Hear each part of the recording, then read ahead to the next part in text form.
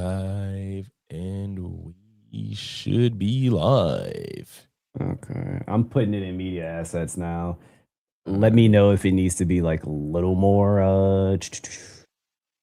there we go. Okay, Ooh, okay, we got that. Okay, let's see. fuck, I can hear myself. There we go. Let's let's go. You How think it's did a you little? You think it's a little too transparent? maybe, but Let me see. can you make it actually no, I don't You think know. that's perfect? I think that's low-key perfect. I What's mean, good, y'all? I don't know how the fuck. Hey, shout out to Logix. Shout out to Logix because I did not think that shit was gonna work. Good shit. Yeah, yeah. So all you Oh have to do man. is hit transform, and you just move it. You just move where it's at. That's fire. So, chat, y'all know Jubilee be on some bullshit. So, we were trying to do what we did last time and put like a transparent background. Mm. Um, so yeah, I don't know how, I don't know what made you think of that, but that's fire that it's able to fit this perfectly. So, I appreciate that shit. Yeah. So now that's one problem we ain't got to worry about no more. Yeah. What's Why up? y'all making me decide who to watch? Uh, Yeah. some people. It's literally you. We probably got people right now that watch both our content and don't know we do content together. Like it's like That's true. like Muggs. If they get his notification, if they get mine, or whoever the algorithm want to put in y'all face, it is who it is. Is the t-shirt real? I don't think so. Wait. I don't think it's real. It's not real. I made it with AI, but I thought it was so appropriate. Oh, you made it. I made it. You found it. Nah, I literally made it with AI because I know how much he loved Russia. Oh God. Oh, that's so perfect. I thought I dead ass thought you found it. I ain't find shit. I found a picture of him and I was like, I'm putting this nigga in a I love Russia shirt. I'm crying, bro. Yeah. With love from Russia. Yeah, so I guess we'll just stay in this view the whole stream, which I mean I'm fine with because it's gonna be great for clips. Yes, it'll be real clean. Real clean. Let me check Twitch real quick just to make sure I am live because if I'm not, I'm gonna be pissed. It's checked. Yep. I'm good. Watching. What's good, Zen? What's good, Derek, Johnny? We were actually kings. What's good? What's up, Nani? How you doing? What's up, Chill Doctor? What's the vibes? We reacting to some bullshit, man. I can't wait to watch this. Did you watch it yet, Logix? Oh, you haven't watched it either? Oh, is it gonna be I watch it and then you watch it? Is that what I don't know. I haven't watched it. I know you haven't. I know, but I'm saying, like, do you want to do it so I do watch it from now on? Or? I don't think it matters. It don't matter. I really don't think it matters. I saw clips, but yeah, I've seen clips. Yeah. Yeah. He said we should have put him in a I'm a moderate shirt. I don't know how he claims to be a moderate. Yeah, it's just funny because I think when it came out, they said one moderate, and then they changed it to to Tim Pool. I think when it Are you serious? I think when it came out, they said one moderate versus 20 progressives or something. That's funny. You know what's fun? I knew this was gonna be Tim Pool too. When I was looking at the Jubilee signups, I knew it was gonna be Tatum, and I knew they needed a moderate. They said one moderate versus 20 progressives, a liberal. I'm like, it's gonna be Tim Pool. I knew it. And when they said one black conservative versus 20 black liberals, I'm like, that's gonna be Tatum. Did you know that it was Tim Pool because you know that he considers himself to be a moderate in like his content? Okay. The only big name pundit that's calls themselves a moderate, yeah. Okay, got that's you. What I knew. I don't understand because I've never heard Tim Pool be in the middle of anything, like on any issue. I've never heard him be in the. He's always sounds like pretty far right to me. Let me not say far right. Yeah, not far, but he pretends he's middle of the road, but. It's feigning it like so he could get those people that's sick of the left and that he wants them. That's why. Yeah. Okay. So, I mean that makes sense, I guess, but I don't know. It's just weird. It just seems like he wants to appear to be like objective when he's actually not. Mm-hmm. But that's annoying. I'm gonna move this when we start the show. Oh, what Ashley said. So we're vindicated, y'all. We're vindicated. We are vindicated because do you know how many people that said they shouldn't have made this documentary? Why did they make this? They made EDP look so good. I'm like, my nigga, how? How? And now that case is open. He is probably one of two things may happen. He's either going to go to jail or he's going to die first. He might die from stress. Yeah, I welcome both. But see, I fucking told y'all. Yeah. Thank you, Ashley. Me and Logic were just talking about that. We said that shit. Yep. I'm like, this nigga admitted to crimes, and I don't think the statute of limitations is gone for him. So nah, I don't know why he was so open. Even the lawyer. It's almost as like if it was a joke, because it's like, why was you willing to say all this on camera? Stupidity. Maybe, like you said, maybe he knows he's gonna die. So I don't know. Maybe he just knows he's gonna die. I don't fucking know. Maybe. I have no clue. Oh, and one last thing I want to address. This isn't even about EDP. This is off topic. But I am so tired. Every time I post a Brandon Tatum video, everybody keeps saying the same thing. And you probably already know what I'm about to say. He's not an officer. Calling him an officer. I'm calling him an officer. It's so fucking annoying. It's his moniker. That's what he goes by. Officer Brandon Tatum. I'm sorry. And like you said, Lodge, I started using your example. Professor Dave is no longer a professor anymore, but he's still called Professor Dave. Shut up. I don't like him either, but fuck. Yeah, it's annoying. I'm trying to think. I mean, I guess I'll be a little bit unfair to be like Dr. Dre, but you know, it's in the same vein. It's in the we call Dr. Dre knowing he's not a doctor. I don't know. It's the difference of when you pretend like you were something that you aren't, like Cheyenne Bryant. Like she's saying she's an actual doctor when you're not an actual doctor. Right. Nobody believes Dr. Dre is a doctor doing surgery or any type of, any type of medical field, whatever. You know what I'm saying? But he was an officer. It's like, what the fuck ever. Who cares? Who cares? Yeah, I don't care. It's like people are acting like he got fired and started doing YouTube or something. That's not even the case. Yeah, and it gives us room to say he was a bad officer because of the way he goes about it. Shit. That's what I'm saying. So is Pepper not a doctor either, right? You said, who said it made him look better? Omizi. Omizi had a wild Omar ass said that. And it was nobody said that in our chat, but people in our chat was saying that, or your chat, I'm sorry. Yeah. Saying that it shouldn't have been made. But Omar said it made him look like he had a redemption. I'm like, what the hell? I was like, what are you talking about? Redemption? What about that was redeem? Honestly, that entire documentary showed that he had no redeeming qualities. Exactly. None whatsoever. Not even one. Not even when he's like, I love kids. Like, bro, that felt like a joke. That felt like a joke. Like, I like to blow on their stomach and give them What? Even if that's true, you can't say that. You can't say that. Bro, you can't the say whole that. thing was good, Devo. Just made him look so bad. I don't even fuck with anybody say. And I didn't have any sympathy throughout the entire documentary. When he said he broke up with old girl and she wasn't giving him sex, I laughed so hard because that's one of the things that he wanted and he didn't get, even though he had a girlfriend. Shorty was just trying to get on TV, man. Absolutely. He probably told her, like, I'm in the middle of shooting a documentary. I was a big YouTuber. It's like, boyfriend. Yeah. I like to take pictures of my shit. Okay, we've delayed long enough. Okay. Oh man. All right. Shout out to 78 total. Let's go. Yeah, let's go. We appreciate y'all, man. I really hope this one doesn't piss me off, but something is telling me it's going it's to. Tim Pool, man. Yeah. You got to sped up? Let me do that. Hold on. Has an album of his turds. Yeah, Zen. I don't know if you saw Omar's response, but it was weird. I got it at 1.5. Good. Oh yeah, perfect. Yeah. Okay. Come on, man. The mainstream political left commits more violence than the mainstream political right. None of what you're saying makes any sense. It sounds like his head matching the picture is just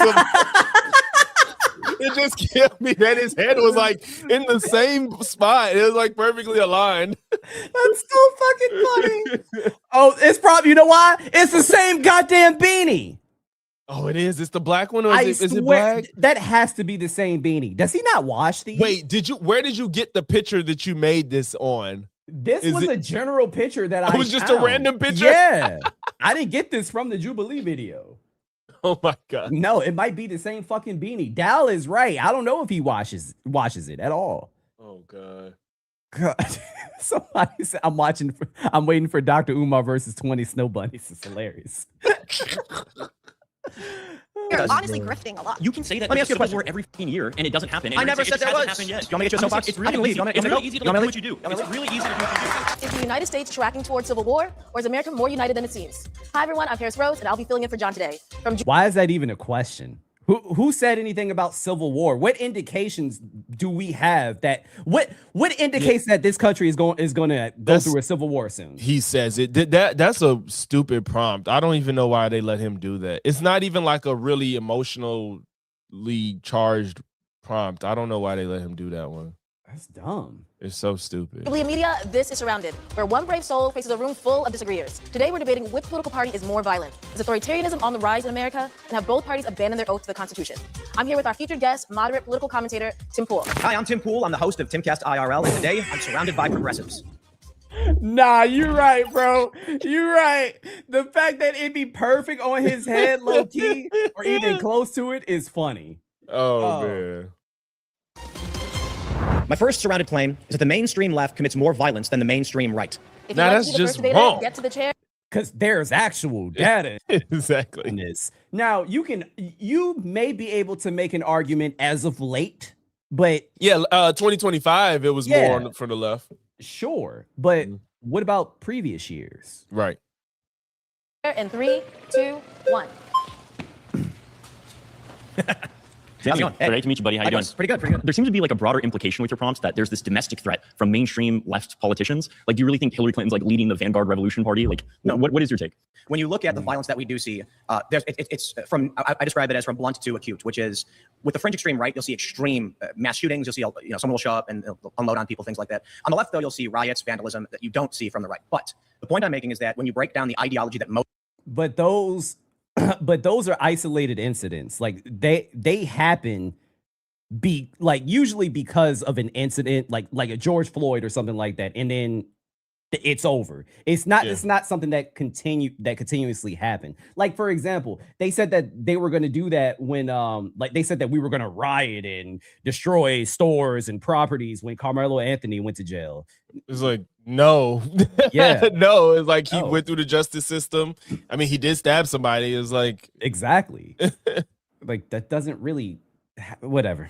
motivates individuals that commit political violence. There is more often an overlap between what the Democratic Party espouses ideologically and what we see in street level violence, as well as maybe assassinations. What is it? What the Republicans would espouse? I mean, I couldn't disagree more. What ideologies that the Democratic Party is promoting that leads to these types of violence? Anytime you see an act of violence that's typically attributed to the Okay, all right. I'm sorry I paused it so much. Let's play the guessing game. what? Go ahead. I'm bad at guessing. He has to bring up trans ideology, right? He has to say something about trans folks. I'm gonna be honest. Tim don't be on that, like, unless it's the topic. So I don't think he will do that. Tim is annoying, but he's not gonna say he's not so stupid that he'll bring up trans people when he's talking about violence, because he knows that that's just easily debunkable when you go by Tim is a lot of things, but he's not gonna reach for the worst examples. I'll say that. I hear you, and I understand that he says he claims to be a moderate, but you know that is a recent like right-leaning talking point where they're basically alleging that trans people commit like mass shootings or whatever. Right, but Tim he's not that type of he's not gonna go that far. That's just from what I watch him. He doesn't reach for the worst of the worst arguments, even though this is stupid. We'll see. I don't think he will though. We'll see. I just don't see him doing that. He just don't do those type of arguments. You know why I say that? Because like, what else could he bring up? What else could he say? Because it is a stupid prompt. So I don't know. All right. left, it is immediately condemned by every Democrat politician. You couldn't point to one that actually endorses that. Or you have somebody like Donald Trump, who's literally the president of the United States, saying that we should call for the death of congressional members who are fulfilling their civic duty and saying, hey, maybe you shouldn't fulfill illegal orders if you're in the military. And Donald Trump's asking for them to be put to death. How is that not inciting to violence? No, that's absolutely terrifying. I completely disagree with that. My point more so is that when you see, say, the George Floyd or the BLM riots, you end up with Biden and Kamala themselves promoting fundraisers for those accused. You know what I hate? During crimes. I'm sorry. No, you're good. That was stupid. Was you know what I hate when they talk about the BLM riots? These people that was rioting were not doing it in protest or because of political reasons. The riots was mostly people just taking advantage of COVID and a situation. Exactly. Yeah, like it like the actual, first of all, as big as BLM protests were, it was the biggest I think ever in American history because it spanned across the whole world. And overall, they were peaceful. Overall, there was violence, but the violence that was committed for the most part was not people that were there to protest. It was people literally there to commit crimes and take advantage of the situation. And on top of that, it happened during COVID too. So people was already out their minds. So I don't even accept the framing that they always go to 2020 riots because that wasn't necessarily political in all instances, and they keep using it as one. It's just funny because what you said is 1,000% true, and I've seen it in real time. So in Richmond, Virginia, we had this like very popular like consignment shop that sold like sneakers, clothing, etc. I gotta hit, dude. They took video of people breaking into that shop and destroying it. Half the people were not, matter of fact, let me just say, I'll even go on a limb and say all the people. They were not protesting. They were just random fucking people. And hell, they weren't even black either. Like, it was just a bunch of random white people just stealing. Yeah. My friend knew somebody that was out downtown Chicago and gave us some Louboutins because it just had them. I'm like, there's like, they just got these shoes from downtown. I was like, damn, thanks.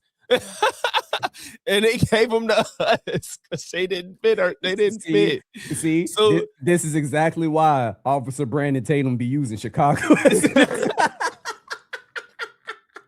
But it ain't like they was out there protesting. Like they was just stealing. It was like, and it's not okay, of course, but it's not. It wasn't a political reason behind it. It was just out there taking advantage. What I don't like is that when people try to make this argument, they never acknowledge that there were people taking advantage of the situation. That's what I don't like. Yeah, and that's why I hope Mason calls it out, but we'll see.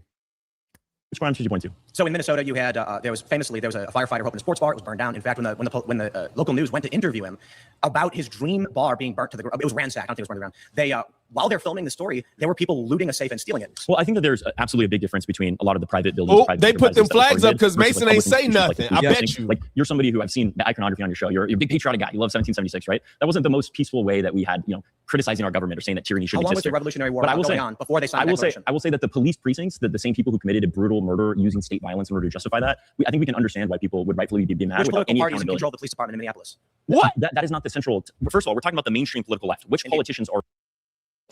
Why is he saying a political party's in charge of the police? I've never heard anybody say that before.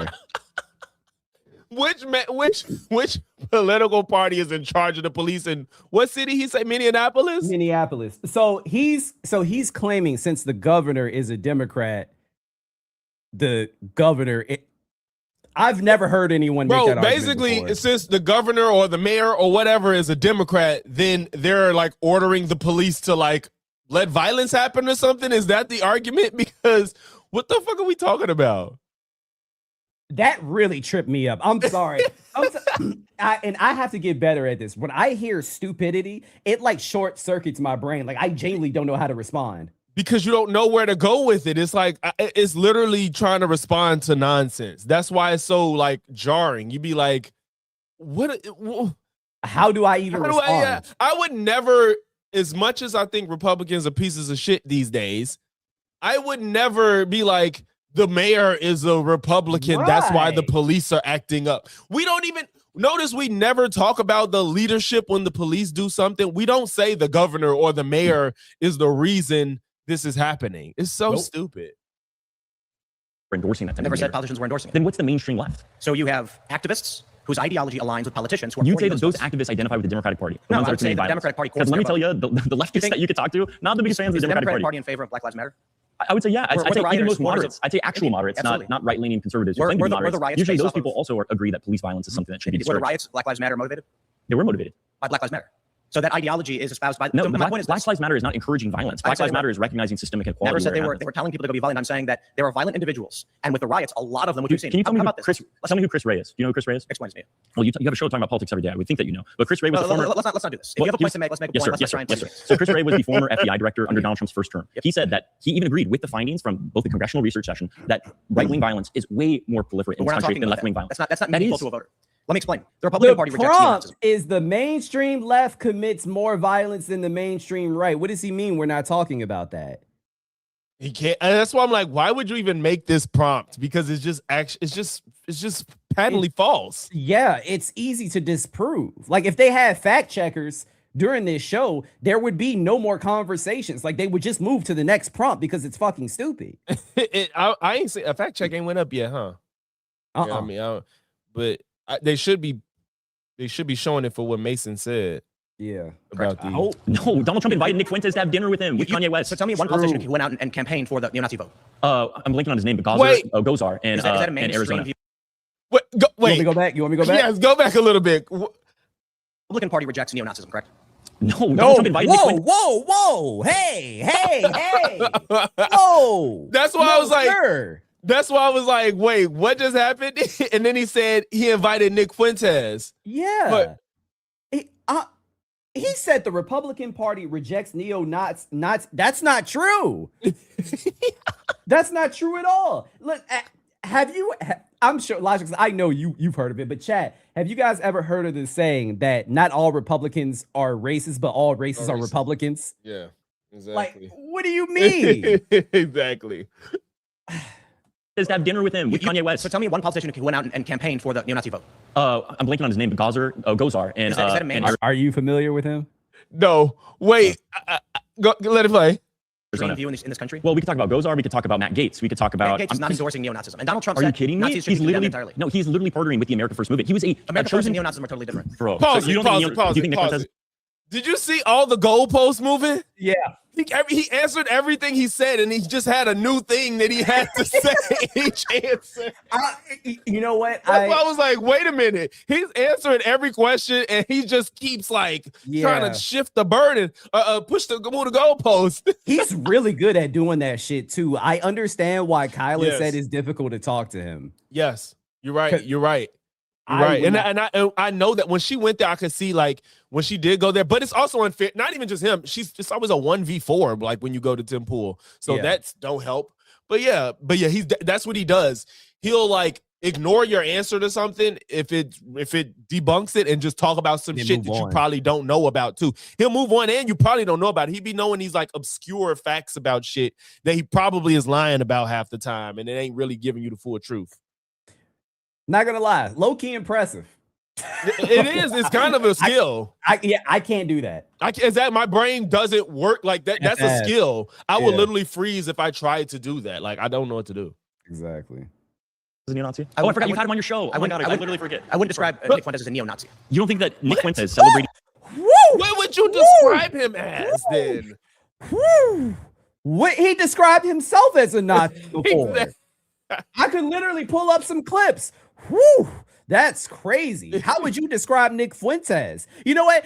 Logic, let's try to be a little charitable here. If Nick Fuentes, like, is there any other way that we could describe Nick Fuentes other than like a racist Nazi? Charitable would be extremist. Woo! That's That's charitable. as terrible. Jesus That's as charitable Christ. as I could go. Extremist. Wow. Insane. Shout out to you, Adolf Hitler is not neo-Nazi adjacent. I think you have to be very specific on what your terms are. And so when you go to an American voter and say something like, This is our moderate, by the way, everybody. This is our moderate. Indeed. So when you go to a regular American and ask them what is meaningful to them in terms of an election, you don't have Democrats or Republicans endorsing violence. But you also don't have, Charlie Kirk's a good example. He threw out Nick Fuentes. He threw out white identitarians, white nationalists from his events. They were not welcome. That's mainstream. You don't have riots coming from the Republican Party on the right, although you do have January 6th and things like that. When you take a look Okay, at- I was about to say, wait a minute. What about J6? Like, At least he said that, but Yeah. to say that there's no riots to come out of the Republican Party is crazy. When And January 6th was a thing. was it not Charleston? Was it Charleston, South Carolina? Where was the other one where that person got hit by the car? Oh, that was Charlottesville. Charlottesville, yeah. Charlottesville, That Virginia, one too. Yeah. That was at UVA. the shootings of the Tesla facilities, the execution of Aaron Danielson, the assassination of Charlie Kirk, and one of the attempted assassinations on Donald Trump, not the Pennsylvania one. You can see the underlying ideologies overlap with the Democratic Party. When you take a look at like Nick Fuentes, he's opposed to the Republican Party. He's been actively endorsing Democrats. Right now. He's been saying that the Republican Party is too left for him. It's not that he's opposed That's to the my Republican point. Party in principle. This is literally my point. No, Nick Fuentes comes out and says, "Do not vote for Trump." The main Talk about that's my no. point.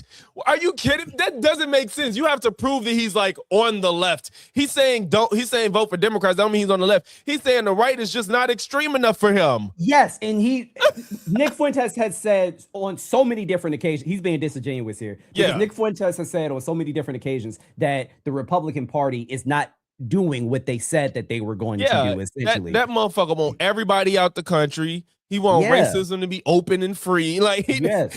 And he said, and Nick Fuentes said this country is not going in the right direction. So why would you continue to vote for the party that's essentially fucking things up right now? So vote Democrat during the midterms. That's why he said that. He didn't say that because he is a Democrat, you fucking goober. Right. Wow. people. No, again, if you're looking at all the empirical data, the violence is way more on the right. But So that's not you the can say claim. what your feelings are. You That's can not say my that. feeling nor the claim. No, it is not meaningful to a voter to say we don't like neo-Nazis and white supremacists because the It's Republican meaningful Party to say, is not saying they want to white let's be America. objective of where the violence is coming from. And if it's more substantially coming from the right, that is a problem that But needs to be it's not tackled. coming from Charlie Kirk.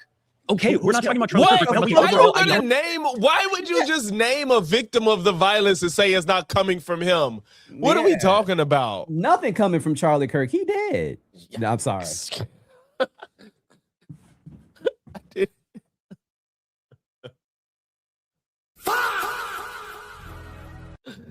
Oh God.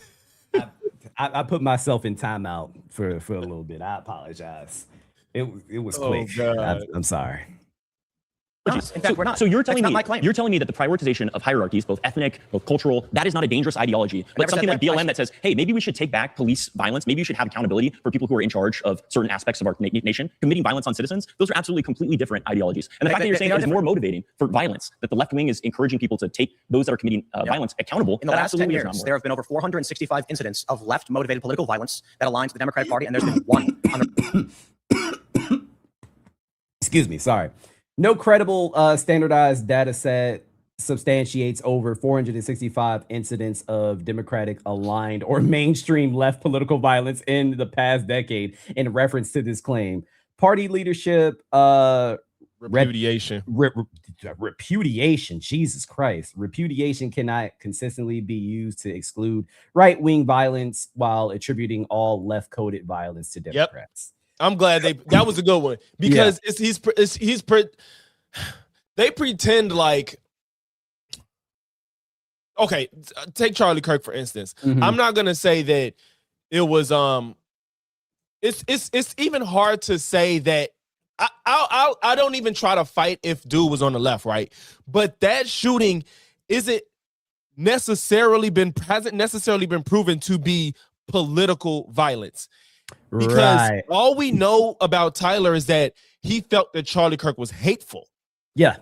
And I wouldn't fight on it, but it's really not obvious that if I think you're just a hateful person, that doesn't have to necessarily do with your political position. Because it's not like he's just trying to kill people that's on the right. He said, no, Charlie Kirk is a hateful person. It's not about Republicans or Trump or whatever. So I won't fight nobody on it. I'll just say he's probably left leaning or it was political, but it's not really true. So they just think like just violence that happened they treat violence that happens, that people that commit violence that have left ideologies, then they almost always attribute it to political violence. Is what I'm trying to say. My bad. I got the hiccups out of nowhere. Oh damn, that sucks. Yeah, it really does. Why do you have that shirt, sir? That shirt on right now? What's wrong with my shirt? It say Chicago, don't it? Sure does. Yeah, I'm gonna need that. We need that. I like Chicago. You know it's my favorite city. I'm gonna need that, sir. No, thank you. I bet that run is gone too, ain't it? Oh yeah, of course. Well, they still might have some. I don't know. I also got a Tokyo one too. This was before I got let go. Anyway, let's continue. Republican side, which is January 6th, which admittedly is particularly egregious. January 6th was, that's why we talk about blunt versus acute. Now, the problem is, I already know all you're going to say. You're going to cite FBI stats and Cato, but it's not meaningful to me or any voter to tell me why white supremacists are wrong, because I don't like white supremacists, nor will I vote for them. And more importantly, you bring up Nick Fuentes, he is not aligned with Republicans, and he's advocated against them. I think for somebody who has a political show where you talk about this stuff every day, you are completely misreading the conversation when you're saying that those that are engaged in like civil disobedience are like Democrat voters. You're telling me that those people are canvassing for Democratic politicians, which is absolutely not true. Absolutely in favor of canvassing. I'm in favor of protesting. I'm not saying that you're against that. So don't try and frame my argument like I'm upset with protests, because I've defended Black Lives Matter blocking streets. I've defended left-of-line progressive groups like anti-capitalist groups blocking streets and environmental groups. I stand with civil disobedience, and I defend them every single time. If you want to block a road, what is it that you're saying is more violent on the left? You mentioned Black Lives Matter. You mentioned these protests. Let's talk about the Tesla facilities being unloaded upon or shut up, right? These are motivated by an ideology that you will hear from Elizabeth Warren. Now, of course, she's not telling. Okay, but is that fair that that's coming from the left, though? What if people just simply hate Elon Musk? That's also a thing. Some people on the right hate Elon Musk. It's more easy to say that's from the left. It was I forgot what he did for them to go and do it. I think it was immediately after he did something. I just forgot what it was. Gotcha. I'll take that one. That is left violence. But again, notice that though when they're violent, it's always more extreme and deadly. When people on the left do political violence, it's property all the time. And it's not okay, but it be property. It don't be going to shoot people. These people go shoot people. Tim probably he don't know about the guy that shot. He was on like sniping people at the CDC building over COVID, bro. They don't talk about that. That should happen like last year or like 2024 or something. I don't even know about that, bro. That's CDC crazy. Shooter attacked CDC headquarters to protest COVID-19 vaccines in August of 2025. Like, dog. Like, I didn't know that. They go out and kill people a lot. It's just I don't even, this prompt is ridiculous. A lot of people don't know about this one, bro. Wow. People to shoot anybody, but she is coming out saying Elon Musk is a dangerous threat to this country, and then you end up with someone going and pulling a rifle up and shooting up a Tesla. Okay, but somebody simply saying that somebody is dangerous to this country, it's not inciting violence per se. That I feel like that's also being disingenuous, because people on the right have said people on the left are dangerous as well, like politicians, Donald Trump especially. I was going to say Trump is the main proponent of doing that shit. Yeah. So, yeah, and that's what they've gotten to at this point. They don't believe in shit. They've gotten to the point where it's like you're saying something unfavorable about people on the right is violence. That's what they're doing now. It's like if you say something that's like not favorable, you're contributing to political violence. Why are you saying Trump is a fascist? Because he's acting like one. That's violent. Like, that's come not on, bro. That's not inciting violence. Actually, exactly. Actually doing this shit is if I were to say go out and do X, Y, and Z to this person, that is inciting violence. Me saying that I think you're a detriment to this country, that's not violent rhetoric at all. But that's what they have to lean on because they have nothing else. That's me disagreeing with your politics. Understand that the right always says politicians are not responsible for individual actions. Elizabeth Warren saying, hey, maybe we should have the same sort of economic policies they have in Scandinavia. That's not her encouraging, go shoot up a Tesla facility. Where Donald Trump saying, let's hang the people who encourage those in the military to actually fulfill their duties. That is completely. My claim is not that the right is completely innocent. He's the leader of the Republican Party, my dude. To say that these are equivocal at all is completely false. I condemn 100% what Donald Trump said calling for the death of those politicians. We have to move on. I ain't gonna lie, I'm glad he got out of there. If you'd like to be the next they let him sit too long. In 3, 2, 1. Hello. Hi. What I find really interesting is the whole premise of like the Occupy Wall Street movement was to protest, right? Indeed. It was specifically geared towards making sure that the general public was understanding the situation at the time, which had a lot to do with anti-capitalist motives, right? And so when we're talking about who's more violent than who, we have to be very specific that the violence that is recorded in the data is not ideological violence. It's not this like rhetoric. It has to be evidentiary. So if you're going to say like, oh, Black Lives Matter, and any leftists that are associated with that are automatically violent, that's just not the case. I didn't say that. But that's what you're implying. No, I'm implying that when you have riots in this country, overwhelmingly, the underlying ideology aligns with the mainstream left ideology of this country. But what you're saying in your prompt that you wrote is that the left is more violent than the right. The mainstream political left commits more violence than the mainstream political right. The mainstream. And what I'm trying to tell you is that so what does he mean? Who is he talking about when he says mainstream? I know it's almost, you know what's crazy? He would be better off saying that people with left ideologies, because that would be like normal everyday citizens. But the mainstream, I'm thinking, is politicians, people with names, pundits. Like, what is mainstream then if it's not? Like, who are you talking about? It seems like he's not getting to the heart of it. Because if you I think he may be doing that on purpose, because he is not directly saying like specific politicians, because if you say that, you could obviously just point to Trump. Like, well, Trump said so X, he Y, wants and to Z. he avoiding it. Right. Not showing that is the actual evidence. If you're talking, no, it doesn't. My team has put together over 10 years 75 to 80% of violence, actual violence that is being tracked as domestic terrorism, comes from the right. It's white supremacist groups. And the 75 to 80% figure is broadly supported for fatalities from U.S. domestic terrorism since 2001, not for all incidents or violence tracked as domestic terrorism. Research reviews find right-wing extremists responsible for 75 to 80% of domestic terrorism deaths. Goddamn. So yeah, when they do it, it's violent. And I think we care, bro. I'm not saying it don't matter again, but I think you should care more about mass shootings in like racial targeting versus looting a store. Right. Like, I'm sorry. Like, I don't put those things on the same playing field. Like, I agree. White supremacists are not in a large political party getting voted for. Yes, they are. The Republican Party is very largely right wing. It is very far right. But they're not white supremacists, nor are the Americans voting for a Republican Party because they want white supremacy. What do you think "Make America Great Again" means? I think it means making the economy improve. I think it means building our cultural institutions. Well, according to what time? According to what time? I'll give you that. Probably the 80s, because Trump's an old man. I would seriously doubt you meant the 80s. It's crazy because that wasn't even because people ask this question all the time. Trump never said the 80s. Not only did he say the 80s, he picked the safest year. It was like, that's true. And I mean safe for people, for black. He's not going to upset anybody by saying the 80s. You get what I'm saying? Yeah. Because the 90s is the crack era. True. But it is like, he couldn't say that. And the 70s, when you in the 70s and 60s, you still got you still teetering in segregation. So you're right. I see what you're saying. So the 80s was the safest. Yeah. So it was just like he tried to pick a year where it was like, well, it ain't the crack era and the war on drugs, and we still kind of out of segregation. And it's like, shut the fuck up, Tim. You don't want to go to no goddamn 80s. Like, oh. Damn, but he picked it so fast. He picked it so fucking fast. Yeah, whatever. Much older than Well, your interpretation of Donald Trump's opinions is separate from when we see a riot, what is motivating the riot. His opinions lead his policies, don't they? Indeed, and no one here is making a claim that Donald Trump is innocent, nor does he not have individuals who... Yeah, so they corrected me. They saying the crack era started in the 80s. We saw the real effects in the 90s, is what I was saying. In the 80s, yeah. Yeah. I understood. Yeah.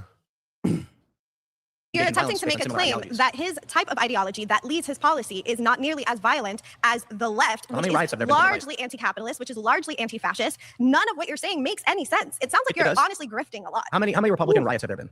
I don't know the exact number. Oh, is it one in January 6th? The reason we don't see riots from Republicans is because they don't actually believe in shit except for Trump, clearly. That's why y'all don't care about anything. Y'all just do whatever the hell Trump wants you to do. So at least people on the left protest and riot because they believe in something. And when we see a violation of it, then you go see them do something. Y'all don't believe in shit. Except for Trump. That's when you go act crazy. It's when it's about Trump. You have a fantastic point, because if they were to riot, what would they really riot about? What, trans people? Trans people? Yeah. Exactly. That's what they're going to riot about. Riley Gaines lost. Oh, my God. Place. She was in 5th. She didn't come in 2nd. She came in 5th. Yeah. So it's just like, oh, my God. Justifying as riot. What? Because if you're conflating protesting with rioting, that's a very different thing. No, we're talking specifically about people ransacking Tesla facilities, vehicles, charging stations. You're so obsessed with the Tesla thing. Those weren't riots, though. It's not a riot. They just attacked the Tesla place. It's not a riot. Why don't we actually talk about? I think it might be because I someone don't took a know if rifle and I started don't know shooting if at the Musk is building. like investing in your company or something, but let's like remove the Tesla out of it. That has nothing to do with what your actual prompt is saying. No, that's It actually what my sounds- claim is. No, it sounds a lot like Well, then you're arguing you something else. decided. No, you're arguing something else because it I am sounds arguing like you something went else from from you. somebody who was doing really important work in Occupy Wall Street to then Which is grifting what? all the way to defending the far right important work? people. That's crazy. What was the important work? What important work? You said I was in doing- terms of Occupy Wall Street, Yes. I think, in terms of that movement, I thought it was it was one of the first times in our generation that we were able to see an actual organization against capitalism. Can I ask you how old you were? No, you cannot ask me. how Were old you I am. politically active during Occupy Wall Street? Yes, I was. Did you follow the news about me during Occupy Wall Street? Not specifically. And the news was that Occupy denounced the violence. I had filmed leftists deflating police tires who physically attacked me, and I was attacked by a masked individual smacking my camera out of his hand. So Occupy this is a Wall personal Street. vendetta for you Then because gave me a single indeed, person if or you're, a if you're small getting group of emotional about people? this and you don't want to have an I'm argument, not that's gonna fine. say Do I that. look emotional, guys? You do I feel because pretty Why would he you say don't know that? what happened during Occupy, and your argument is off because you don't. This honestly sounds like Okay, you have a pause, personal vendetta pause. from your Not history an that has argument. absolutely nothing with what your Not an actual prompt argument. is, which is You have to around pause. far You have right to people pause. being much more violent than the argument. left. We have She, pause. I feel like she Let him was pass smart it. enough Stop. to debate him, and she spent too much time arguing with him about stupid shit. That's fair. Yeah. All right. If you'd like to be the next debater, please get to the chair in 3, 2, 1. You got it. Nice to meet you. How's it going? Good. That's a good goddamn hoodie he got on. I think we should just get Dodgers. to the heart of it. Donald Trump is a fascist. He has Nazis in his administration. His entire messaging was resonating with Nazis from the very beginning. Donald Trump, when rallying for 2024, had a massive rally in Madison Square Garden. What was the significance of that rally? You show me? Yeah, it's the same place, same date as the Nazis in the 1940s. Literally. Donald Trump said that immigrants are poisoning the blood of America in their environment. Who also said that? You tell me. Hitler. Literally. Donald Trump has openly said things as dog whistles. So you may Okay, let me ask you a question because I hear him and I don't necessarily disagree, but do you think this is a bad argument because somebody could chalk it up to coincidence? I don't think it's a coincidence because it's too consistent. Like he has too No, many. like I said, I agree, but I'm talking about like it for an argument for the opposing side. Yeah, they'll say that. They'll say Yeah. that. Yeah. He would just have to corner him to like, well, once he's done X, Y, and Z, it's like Yeah. all these things are related to Nazism, and like you think it's a coincidence at that point? He would have to trap him on that. True. Yeah, but no, I do agree with him. say that it's not mainstream, but the entire ideology of the right speaks to those people. Let me ask you, what do you mean by fascist? Far right, authoritarian, ultra-nationalistic, 14 tenets of fascism. all that. But there's a specific definition of fascist. Do you just mean that he's an authoritarian? No, I mean that he means all 14 tenets of fascism. See, They all do this. They all do that, right? He wants to pick out one thing. He's like, no, the 14 tenets of fascism. Tim probably don't know all 14, and I'm sure Santana knows them. And I can't list them, but I've heard this argument about the Umberto Eco. Yeah, that's his 14 tenets of fascism. He meets all them shits, and they probably got time to run them down, but. Tim, is he just fast? Like I could point to other people that's done something Trump has done, and it's like, no, motherfucker, you got to go through all the shit, and he fits into all the shit. And you know what? It's that. And if Santana cannot, because he's asking him for the definition of fascism, right? If he cannot like give him the definition flawlessly, I feel like that's like a gotcha. That's the type of shit Tim do. Yeah. Yes, that's a line of argumentation Tim will definitely go down. Absolutely. Fascism. Which is what? You want to go through all 14 points? I'm trying to understand your argument. But so God damn it. You got it. We You said it. good. You got it. We good. God damn it. See, it is not hard to understand how these people think sometimes. Guys, I don't know. Maybe I need a crystal ball when we start doing this or something. Okay, let's see if I can do it some more during this video. point largely is we see people say Trump is a fascist, but there's, if you go to an academic and you look at fascism, say Italy, there's a common argument that you have the merger of corporation and state as the defining element of what fascism is. There's different forms of fascism, right? Well, and that's the point. The actual premise is the authoritarian. Donald Trump is absolutely fascist. He's, like I said, he has Nazis in his administration. I think we're shifting. He has it. Well, you notice he tried to. I'm sorry. You go back. You can hit back a little bit. He tried to. You see what he tried to did? I don't know if you know Santana is a communist. He tried to only tie fascism to communism because he was like, one of the last stages is combining what he say, the government with the private sector. So I forgot what he just said, but he tried to tie, you will hear when you play it back. He tried to tie fascism, fascism to communism only. And he said, well, there's different forms of it. And Tim said, yeah, that's why I asked. So why are you only talking about one type if you know that there's different types of fascism? I see what you're saying. Okay. Yeah, like he's like, oh yeah, that's why I asked. Don't try to only tie fascism to communism. You could be a fascistic communist, and you could be a fascistic socialist. You could be a fascistic. You could have a fascist in a capitalistic society. That's not just that. So very true. Of fascism, right? Well, and that's the, the point. the actual premise is the authoritarian. Donald Trump is absolutely a fascist. He's, like I said, he has Nazis in his administration. I think we're shifting. Pete has it. Okay, I think it's fair to say Pete Hegseth is a fucking Nazi. I'm sorry. And Stephen Miller. Yes. Stephen that Miller motherfucker is evil, bro. But how is Hegseth? He literally has a proud Nazi tattoo on his chest. He does not. Stephen Miller is absolutely a Nazi. Stephen Miller does not have a Nazi tattoo on his chest. That's No, he does the not. cross on He his has a chest? Catholic cross on his chest. Okay. All right. Cool. They should I mean, get a guys, fact check on went to that. I don't know what the left tattoo fifth is. grade. So- Pete Hegseth is not a Nazi. Yeah, that's okay. Cool. Question for you: when Donald Trump and his administration specifically actually implement policies that go at the heart of what Nazis want, right? Targeting the first group of people they target was the transgender community. Same things in Nazi. The actual Nazis specifically targeted people that weren't like them. There's been a persistent and consistent attack on undocumented immigrants, black people, women, anyone that's not a straight white male in America. My principal claim is not that Donald Trump is innocent, nor perfect, nor good. My claim is that when you look at street level violence, domestic terror, et cetera, you'll find more violence coming from the mainstream left as opposed to the mainstream right. Sure. I do think it's fair to point out white supremacists are violent. They do evil and horrible things. Yeah, I wanted to and we all condemn them. The white supremacists are a part of the mainstream right. But they're not. They're If you- literally Wait. If you condemn it, if we condemn the left, what are we talking about then? He's like, yeah, the white supremacists do violence, and we condemn it. Well, we condemn violence on the left. Actually, y'all don't condemn it openly as far as a party. The left does. There's no politician that condemns that supports violence on the left. Fuck. And he just said there are. I really wish somebody would ask him, what do you mean by mainstream? Yeah, Because I don't know why we ain't got that yet. Yeah, it's really fucking bugging me because what does he fucking mean? I have no idea. He keeps yes, he didn't clarify and they didn't ask. What the hell? All right, we're gonna pause here. Thank you. You can return to your seat. You've been voted out. All right, if you'd like to be the next debater, please get to the chair in 3, 2, 1. How's it going? That was an easy grab. You're right there. So the first thing I'll say is I think it's a bit disingenuous to characterize all of the property damage committed during BLM as left-wing violence because there are going to be rogue opportunists during the biggest civil rights protests in American history. That's first and foremost. The second thing I would like to say is I don't think it makes sense to confine political violence strictly in the context of individuals acting with political motive violently. I think it ignores institutional violence. Theoretically, you could say the 1960s civil rights movement was more violent than the counter-protesters, but obviously the institutional violence of segregation. I completely agree. Right. So, so what I would say is that the Republican Party is, and the mainstream political right is far more violent because they support ICE ripping and separating families from one another, even from people who have no criminal background. Deaths under ICE custody have skyrocketed even as a matter of war abroad, etc. But I'd love to talk war stuff. I'm sure big foreign policy guy, but domestically, did this not happen during Barack Obama's administration? It did, but not to the same extent. Agreed. And Barack Obama was criticized for it. If you agree, then why the fuck did you bring it up?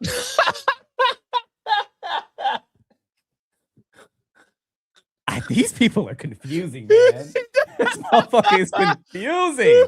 Logics, help, Mr. Tigger, somebody. It's just dishonest, bro. Like that's what these people operate on, dishonesty, and it's just so obvious when they do shit like that. How the fuck did he? All right, my bad. Who? The political left. Agreed. Right. So my point is not to say again that there's no violence on the right, and I think the institutional argument is actually a good one. However, my view largely is when you look at Occupy Wall Street, for which I was there and I watched police instigate fights, or when I was on the ground during the protests on West Florissant Avenue, and I saw police throw a flashbang grenade at protesters who were not doing anything violent. The issue is these police are. Why is he putting shit the police do on the left? That's what I want to know. This is so stupid. That's not even a left or right thing. Why are you blame? We've never blamed police on the Republican Party necessarily. That's never been a conversation. Why are you doing that? Are under Democrat administration still, where their chiefs are often appointed by Democrat politicians. So again, I understand the left and progressives. That to me is also a little disingenuous because it's not as though the police, as a matter of its institution, is a left-wing institution. No, in fact, usually the police are protecting and on the other side. If you want to make the argument that ICE under Trump, I'll make the argument of police under the Democrats. Sir, well, I don't know. What? Which is law that? enforcement defer to their politicians or not? It depends. Because ICE is an executive agency, they What are you talking about? I'm laughing because I've never heard anybody make this argument before in my life. I think, I feel like we stun locked low key. He said, "Does the police not report to the party in charge?" Or what did he say? Something along those lines. Do you want me to go back a little bit? Yeah. Oh, well, Which is, does law enforcement defer to their politicians or not? It Does depends. law because enforcement defer to their politicians? They follow the law. They don't. This is stupid. This is so stupid. Like, it's not like, hey, you want me to go attack some Republicans today? Like, I don't get. Is he saying like the chief of police, for example, reports directly to the governor? Like, I don't know. Because yes, there's police officers are probably going to have ideologies, but sure. I think your job is to be partisan. I mean, to be nonpartisan. So I don't understand yeah, I'm confused. This is so stupid.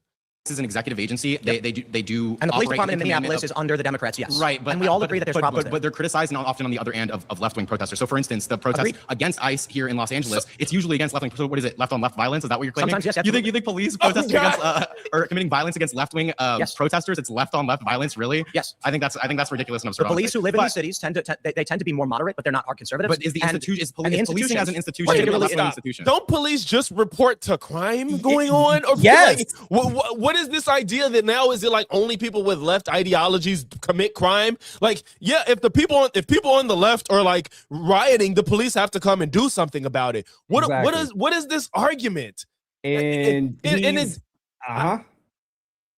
first of all, if you want to make this whole argument that the left is more violent because they're rioting or protesting more, go ahead. That has nothing to do with the police, though. I don't understand why he's bringing the police in there.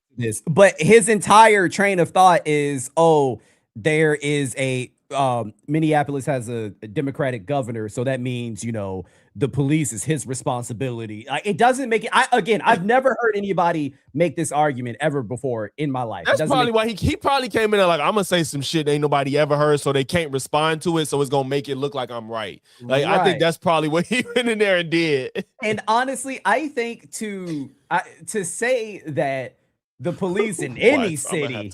I'm gonna hurt you because this shit won't stop. My bad, bro. My bad. I didn't know. I didn't know. It's okay. But what did you say? My bad. Shit, what was I about to say? I'm so sorry. Oh, I was about to say that the fact that he thinks any precinct in any city is left leaning is fucking crazy to me. But that's weird too. Like, that is weird. In New York, well, I define a left-wing institution. Exactly. What I would say is Democrat politicians are the ones appointing these police chiefs and these administrations who are enacting these policies. But so when you are voting for someone into office, this is not conservatives doing it. It's not mainstream right-wingers putting in police that beat protesters. But who politically supports the police as a matter of their rhetoric and ideology? The right or the left? But okay, so then you live in these places. Yeah, but nor do they appoint these people. Sure, but don't tell me that ICE under Donald Trump, but not police under Democrat politicians. Hold on. Wait, why? No. That's totally fucking different. No, that's totally different. Absolutely not. Absolutely not. Absolutely not. Wow. That's fucking insane. Wait. That is insane. First of all, that's fucking DHS. Exactly. Right.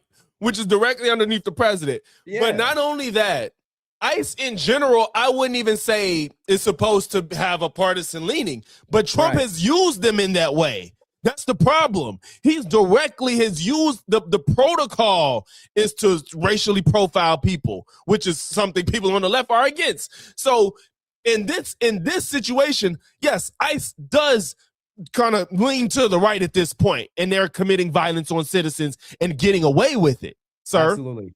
But to say that, if you're going to put ICE on Donald Trump, then I could put the police on Democrats. That is crazy. Not equivalent at all. And I hope, because I actually like this guy. I think he's doing a good job. I don't want them to vote him out, but I hope he almost there. I hope he tears some fucking apart on what he just said, because that's fucking insane. appoint protesters who commit random acts I of violence completely against agree. property. That's not my argument. I know, but earlier you were making the case that it's the ideology that motivates what these rioters are doing, and that's the reason why the left is ultimately responsible. Well, I would say the underlying ideology is overlapping with the Democratic Party. Sure, and so what I'm saying is that if you want to be consistent, the underlying ideology that supports the police and as a matter of institution, and when the police are cracking down on left-wing protesters, that's overwhelmingly on the side of conservatives. Except they're not in power in these places, and you're applying a locality to the nation. They may not be like technically the police are not motivated by the Republican Party to go out under a Democratic mayor to arrest protesters. The problem is that the police is still, as a matter of institution, is more of a right-wing institution than a left. Certainly, even usually Democratic on the other side of. But the point is, a police officer who goes out in New York and arrests a protester does so at the behest of a Democratic politician. I don't. Pause. Wait, why is he saying that like police are only underneath Democratic politicians? I don't know. Why is I he don't know. saying that? Again, Wait, so every arrest, if it's every arrest that happens because somebody rioted for something on the left, the police are underneath a Democratic politician. This is ridiculous. Again, never heard of this talking point. Like you said, that's why I'm freaking racking my brain, because like you said, he went in there like, I'm making an argument nobody ever made, as stupid as it is. If that was his mindset going into this, again, I'm impressed. It's exactly that level of conniving dishonesty is crazy. Wild. All right, if you'd like to be the next debater, please get to the chair in 3, 2, 1. What's up, young man? Listen. Oh, yeah. I haven't been young for a minute. Now slow down with that. Listen, all right. Jesus. Slow down with that is crazy. I like David, but I need to go this month. I think he shook Jake Lang's hand. No, you can't shake Jake. I don't know, but you can't shake Jake Lang's hand and not shake Tim Pool's hand. I don't know. Like, I understand Tim Pool is a little shit, sure. Yeah. Jake Lang is an actual racist. I need to go. Now he shit on him in their debate. Like he literally just shit on him. But I need to go back and see if he shook his hand, because I fuck with David. But if you can't shake Jake Lang's hand, but not Tim Pool's, though, that's crazy. Insane. Really quick, the I condemn is a really cheap cop out. That's not going to work because the people around us are not low IQ, like your average viewer. It's important to recognize. Make an argument. I'm about to. You don't have one. Is that it? If you want to be insults, we can go for insults. I'm about to. We can rap. I'm about to. You want to rap? Stop delaying my time. So it's important to recognize that simply I condemn is not sufficient when the Republican Party has created a permission structure for individuals to go out and do violence against. I'll tell you with impunity. Immigration and Customs Enforcement is a good example.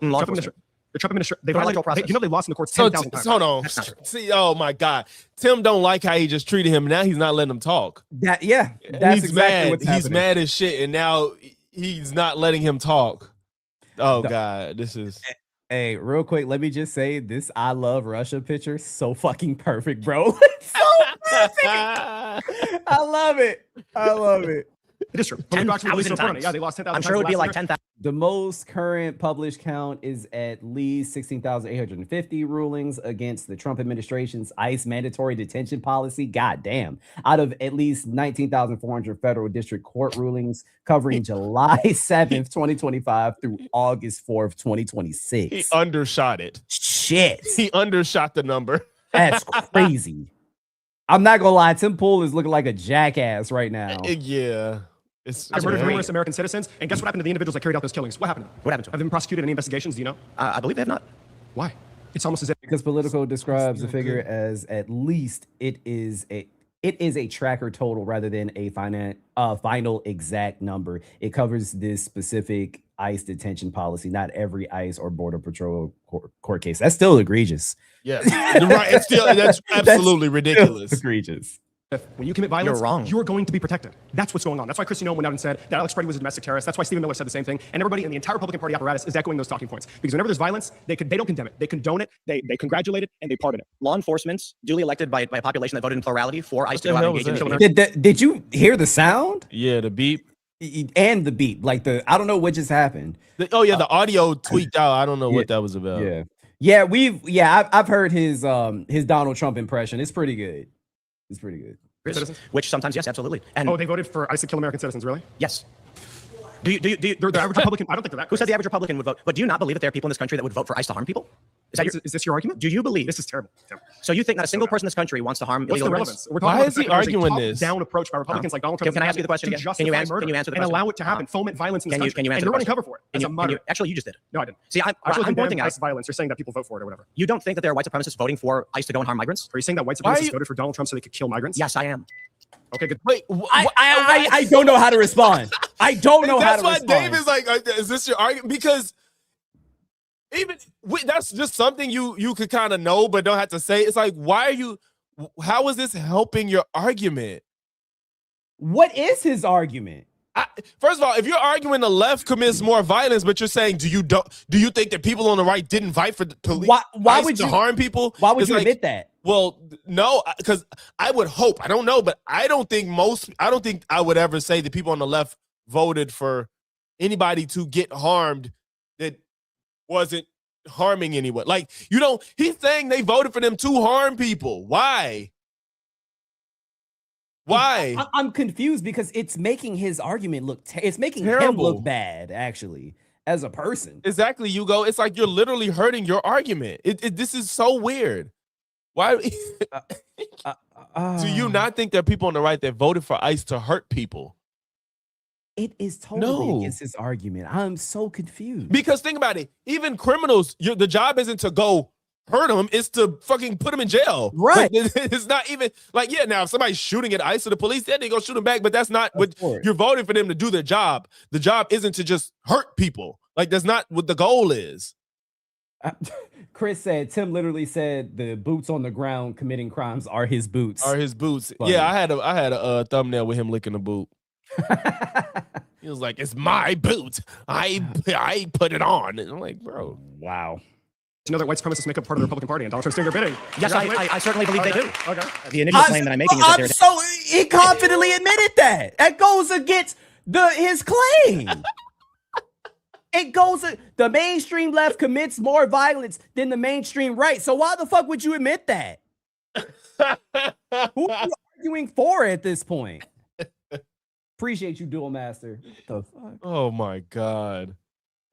absolutely violence on the right. I already agree with one of the previous debaters that there's institutional violence from the right as well. The best argument against my claim actually is that the right, when they get levers of power, will use law enforcement as their vehicle for the violence they want to engage in. Those things are all fair. My point is that we are not. That's a nice long drawn out concession. Thank you for. But it's not a concession because maybe we agree. Oh, okay. See, I think, didn't you say the modern political left commits more violence than modern political right? So now you're saying just because there are riots coming from the left does not mean they're morally right or wrong, or does not mean the right is better or worse. This is a statement about volume of violence that we see and a meaningful issue to a voter as to what is the underlying motivation that we see pushing violence in this country. So when you have ICE going and engaging in these actions, this is like a Clarence Thomas level of interpretation with that prompt. That is not. I don't know you're trying to disagree when we actually have time. Pause. We are out of time. Thank you. Nicotine, the ultimate biohacker secret weapon, has made a wild comeback. But why is that clean lifestyle still fueled by big tobacco's chemical-laden slop? For those who switch out LEDs for incandescent, founded claim is that the in the USA.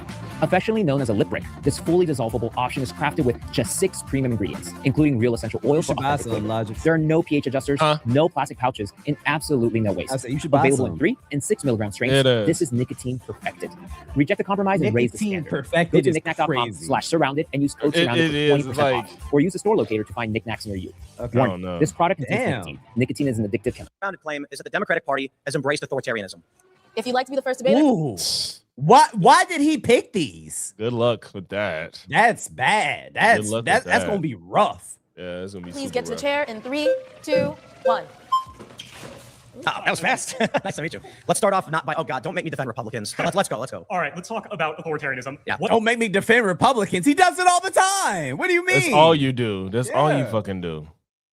What does an authoritarian government do? So it's typically, and particularly in my claim, it's a reference to suppression of dissent, suppression of speech, control of voting, or manipulation of voting for the power, for the, let's just call it control by a particular group of politically. Let's take those claims one at a time. Yeah. First, on suppression of speech. Indeed. Just a few hours ago today, Trump subpoenaed reporters for trying to report accurate information on the war in Iraq. Wow, that's terrible. No, that can't happen. Awful. That's way more authoritarian than what we're seeing on the left here. Well, I mean, it's hard to quantify what is more or less authoritarian, but certainly bad when President Trump is trying to stifle speech. Wait, can you give any example of Biden doing anything even comparable to that? I can. We can start with Alex Berenson, who is currently in a lawsuit because the Biden administration personally went to social media platforms.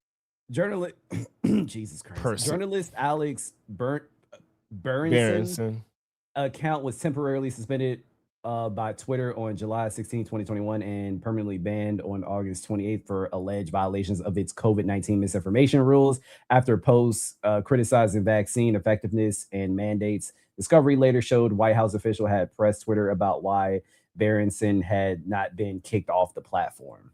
Using his name to be suspended for his reporting on COVID vaccination and mandates. Okay. At a top level, though, who's doing the majority of the actual suppression of speech here? I don't really have good words for the Republican Party. It's more the fact check. And he was reinstated after settling a separate lawsuit against Twitter in 2022. Berenson alleged that administration pressure violated the First Amendment, but a federal judge dismissed his case against Biden-era officials in 2025, and the Justice Department later settled the appeal in 2026 without a merits ruling that the administration acted unlawfully. I actually didn't know about this at all. Me either. I want to.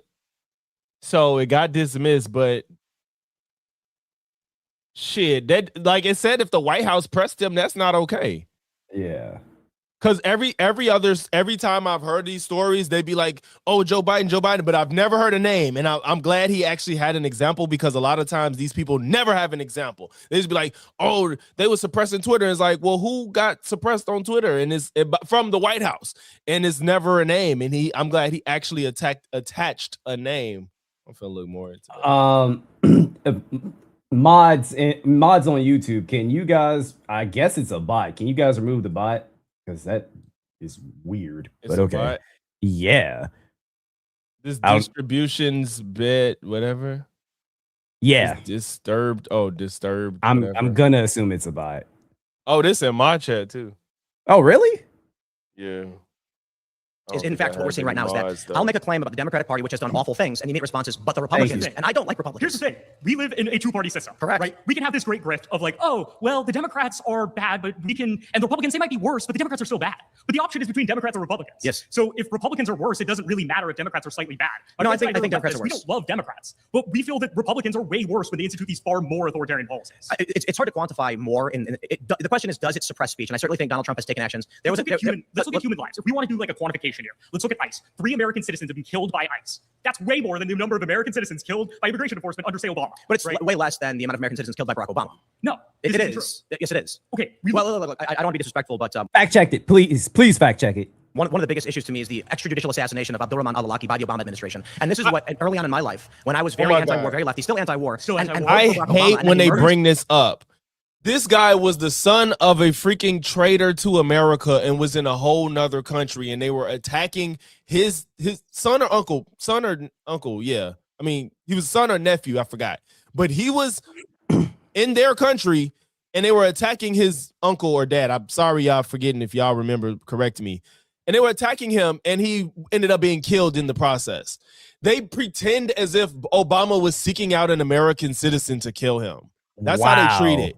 And it's just not that simple. And yes, we were in wartime. He attacked a freaking traitor to the country. Like, what are we talking about? So this talking point is extremely disingenuous, and I've never heard of this one. Yeah, it's not an honest interpretation of the situation. Wow. It's just not. It's like it's sad, but it's not like as simple as they try to make it seem. Like, Obama put out a drone missile to kill an American citizen. That's not what happened. And keep in mind, this is the guy that just said, "Don't make me defend the Republican Party." Exactly. It's like, oh my god, and that's one of their talking points. Wow. Favor the war in Iran? Absolutely not. And Barack Obama killed a 16-year-old American citizen who was at a civilian restaurant in Yemen. We can play These are this all game. bad We can things. be like, oh, well, both parties are pretty bad. But like, we have to, when they go to the ballot office, when I go to the ballot office as a voter, I have to actually put in a vote. I have to decide Democrat or Republican or throw my vote away and vote for some third party. Libertarian. Right? If I'm picking between those and there's one candidate who just brought us into a war in Iran, is causing this massive conflict, tons of human suffering, that's foreign. That's foreign policy. Domestically, we see ICE attacks on American citizens. We see 56 people dying in ICE detention camps in just a singular year. You compare that to under Obama, the deporter-in-chief. Across 8 years, 52 people died. Way, way, way fewer. What we're seeing is dangerous conditions domestically. Way more people are dying, right? We have a lot of this like qualitative discussion. You bring up a lot of anecdotes, but if you actually like quantify the number of deaths that are occurring through these authoritarian mechanisms, it's very, very clear that when I vote, I'm choosing the lesser of two evils and voting Democrat. Let's talk about a few structures of authoritarianism. We'll go with 2016, and you brought up Donald Trump subpoenaing these journalists, so we'll get broad on this one. In 2016, Gizmodo published an article that Facebook had been suppressing news and information from conservative outlets. This is Gizmodo. They're a progressive outlet. In fact, I worked for the company that owned them, and I was a Bernie supporter in 2016. And so agreeing with this reporting and knowing the reporters behind it, I reported this. NBC News, all of these major institutions then claimed I was a right-wing conspiracy theorist. Well, let me finish. For claiming that these things happened that they reported on. Then what we learned is that under Obama and under Biden, and don't get me wrong, this was under Trump as well, there was an active effort from the FBI. They were given a backdoor access to Twitter and Facebook to remove content that they thought objectionable to the government. And it was not done at the behest of Trump or for his benefits, but to the benefit of those who had been defending him in the press. So notably myself, who was calling out these censorship practices, I was falsely slandered and maligned by the media over this. These are institutions. Now, when you say that Donald Trump is mad at them, I agree. Subpoenaing journalists, depending on the issue, can be bad. But to see that from Obama through Trump and into Biden, they were actively given access. This is a violation of the Fourth Amendment. Tim, it's a violation of the First Amendment. We're missing something really important. Okay, but did he not? okay, let's just grant him what he just said though. Did he not just say even Trump is accused of doing the same thing as well? Didn't he just accuse Trump of doing the same thing? So what the fuck is the point of him bringing this up? Is that because the prompt is the implication is that one side is doing this. That's the implication. So why would you, if that's the implication, then why would you agree that Trump did it as well? Why would you agree then? Exactly. It's like he's trying to fight hard to be a moderate, but it's not working. This is why they had to change the title. Exactly. We're lumping together all of these different types of sort of suppression of speech, but there's a fundamental difference. When we see like left-leaning suppression of speech, often that happens from like a bottom up, where you see somebody taking an action. No, I gave you a specific example of the Biden administration going to a major big tech company, giving them specific instructions to remove people who are saying naughty words. We saw that in the context of COVID, where vaccination was really, really important. That's authoritarianism. 100,000 lives were saved by vaccines. We have a really strong. You can give me every reason for why you want to be an authoritarian. They always have a reason, and saving lives is always one of them. There's a fundamental difference between suppressing free speech on, say, the war in Iran, where there's really bad stuff going on and we need to talk about it, and say spreading vaccine misinformation. In the U.S., we've had really long. You have a moral opinion on the differences of importance. That's fine. Clear and present danger test is but we're talking about authoritarianism has many different reasons. Did you think that all the tyrants of the world never gave a reason as to why they needed absolute authority? They always did, and they always do. And even today, I just love how like it's so just when Biden's administration said this is just so funny because this is so much more applicable to Republicans who accept it. Yep. Like they always go to the Twitter and Facebook shit for COVID, and it'd be like, bro, y'all were lying about the vaccine, and this is costing people's lives. Like he'd be like, yeah, they always got an excuse and it's saving lives, bro. We saw people were dying. People that didn't get vaccinated were dying. It's not like just a guessing game, bro. And it's so funny because when you call them out on that, when you say, you know, well, there were a lot of people spreading misinformation and lying. Well, why don't you want misinformation to be out there? Huh? What the fuck do you mean? We need as many voices. No, bro. Every voice don't need to be in every room, bro. I will never agree to that. And at the same time, like I'm not a free speech absolutist like some of these people claiming. I don't know if he claims that, but you know me, I have a hot take. I do think that this needs to be a strong level of censorship on the internet. I don't care. Like, I don't like the idea that just because you have the freedom to say what you want, everybody should let you just say whatever you want. I don't agree with that. So I don't agree with you getting online, lying to people, saying stuff that's not true, especially at the expense of people's lives. And clearly people don't know how to decipher reality from falsehoods. So no, don't just let people say and do whatever because of free speech. Like, get the fuck out of here. Y'all believe in the Second Amendment, right? But you don't believe that everybody should just be able to have a freaking rocket launcher in their home, do you? There's a limit to all these things. Like, there's a limit to all of these things. Like, stop pretending like it's just no limit because it's free speech or whatever. I mean, and just because you can say something, it doesn't mean that you should say it. Like, and that too. Right. Information kills, we will silence you. That's authoritarianism. You can argue that you agree with it, but still is authoritarianism. How about we can use Cuomo in New York as an example? He shut down churches in violation of the First Amendment, and when he was sued and lost, he issued a secondary executive order changing the words to keep the churches closed. That is authoritarianism. And you right now defending it is my point. I have no problem saying Trump should not go after journalists, but you seem to have a problem saying the Democratic administrations should not be doing what they're doing as well. Okay, pause. You've been voted out by the majority. Please introduce yourself. Yeah. If you'd like to be the next debater, please get to the chair in 3, 2, 1. I don't think this is a very good setting for Tim Pool at all. I don't know why he agreed to do this. Because he has to stick to a topic. Yeah. Long distance from that. You made it. I'm surprised you made it. So one of the key parts about authoritarianism is influence over elections. And we have seen that throughout the history of right-wing and left-wing, the right-wing side of this country has constantly been election deniers. Famously, Trump tried to find votes in Georgia to win the 2020 election. And now we're seeing that they're claiming voter fraud in the city of Los Angeles mayor's race. Well, can I ask you a question? How many presidential elections in the last 20 years were denied by Democrats? Oh my God. Denied by Democrats? Yeah, but mainstream members of Congress going on the floor. This is so dishonest. We're denied by Democrats, bro. Also, what does he mean when he says denied by Democrats? What specifically? Like, I bet you he's just gonna say got challenged to some extent, like in the smallest way. What is he about to say? Like recounts? Yeah, he probably gonna go to George Bush, Gore, and then Hillary didn't challenge it. Like, okay, but you know what? I don't. nobody on the left has ever said, yeah, they most definitely won that election, but you know, they stole it from us. I've never heard that rhetoric. Or cause January. Why would he even say that when he know January 6th is just right there? I have no idea. Or rejecting it? None. All of them. Do you see the Democratic Party trying to create an alternate? Let me go back. Wait, he said all of them. He said elections in the last 20 years were denied by Democrats. Okay, last 20 years. By Democrats? Yeah, but mainstream members of Congress going on the floor, rejecting it. None. All of them. Okay. Do you see the Democratic First Party? of all, let's say that's true. Excuse me. It's not comparable, but read the fact check. After George W. Bush 2000 victory, Al Gore pursued Florida recount litigation and conceded 36 days after Election Day on December 13th. Once the Supreme Court halted the recount in 2005, Senator Barbara Boxer and Rep. Stephanie Tubbs Jones made a formal objection to Ohio's electoral votes over alleged irregularities, which both chambers rejected after John Kerry had conceded. Following Trump's 2016 win. Hillary. You know what? The word stuff is just not comparable. It's not. That word conceded is very important in that fact. John Kerry conceded, Al Gore conceded. It's just like, bro. And again, he's challenged. Challenged is doing a lot of heavy lifting. Bro. That's why I said, what does he mean by challenge? Because none of these people fucking threw an insurrection.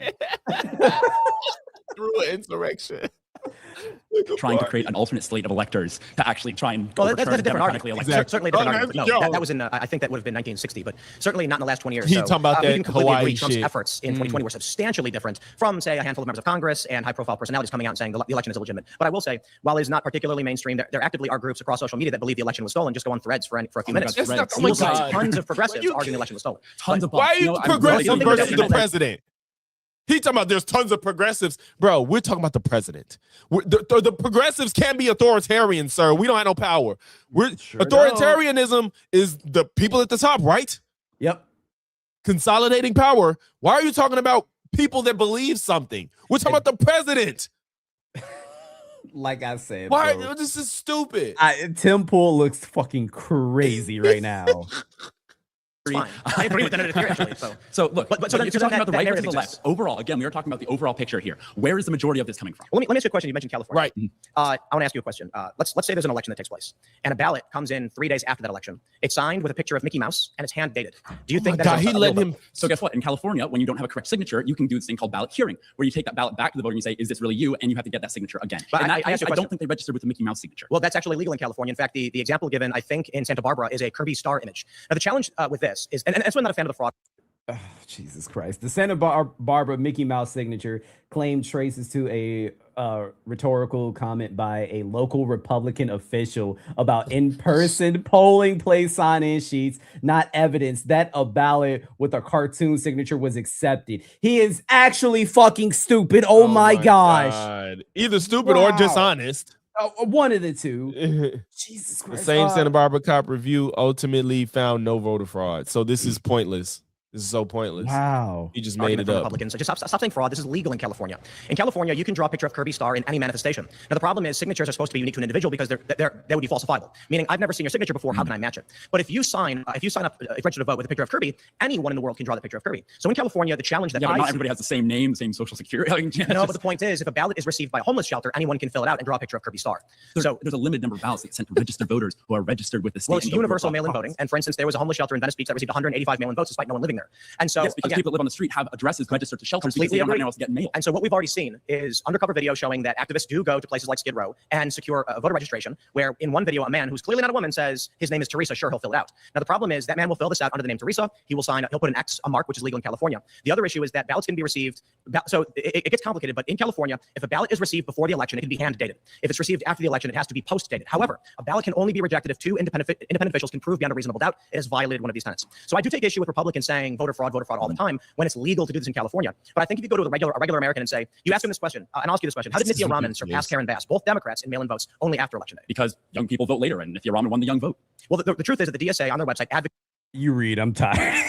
The Los Angeles chapter of Democratic Socialists of America publishes a how-to ballot delivery guide that instructs volunteers to collect sealed, completed vote-by-mail ballots and return them through DSA LA canvas leads. The mail or official ballot drop boxes. I read that wrong. The mail or official ballot drop boxes. Critics call this ballot harvesting.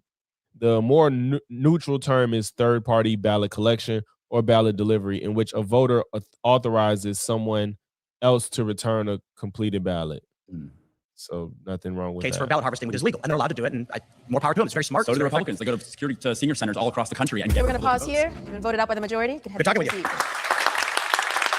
If you like You go in the chat saying Tim Pool cried about Jubilee making him look stupid. Oh, that's fucking hilarious. They didn't have to try hard. No. to be the next debater, please get to the chair in 3, 2, 1. No contest. Likewise. Elections, as you were talking about the other person before, I think are sacred. I think elections are sacred, and I believe that they are the most fundamental thing to American values and democracy.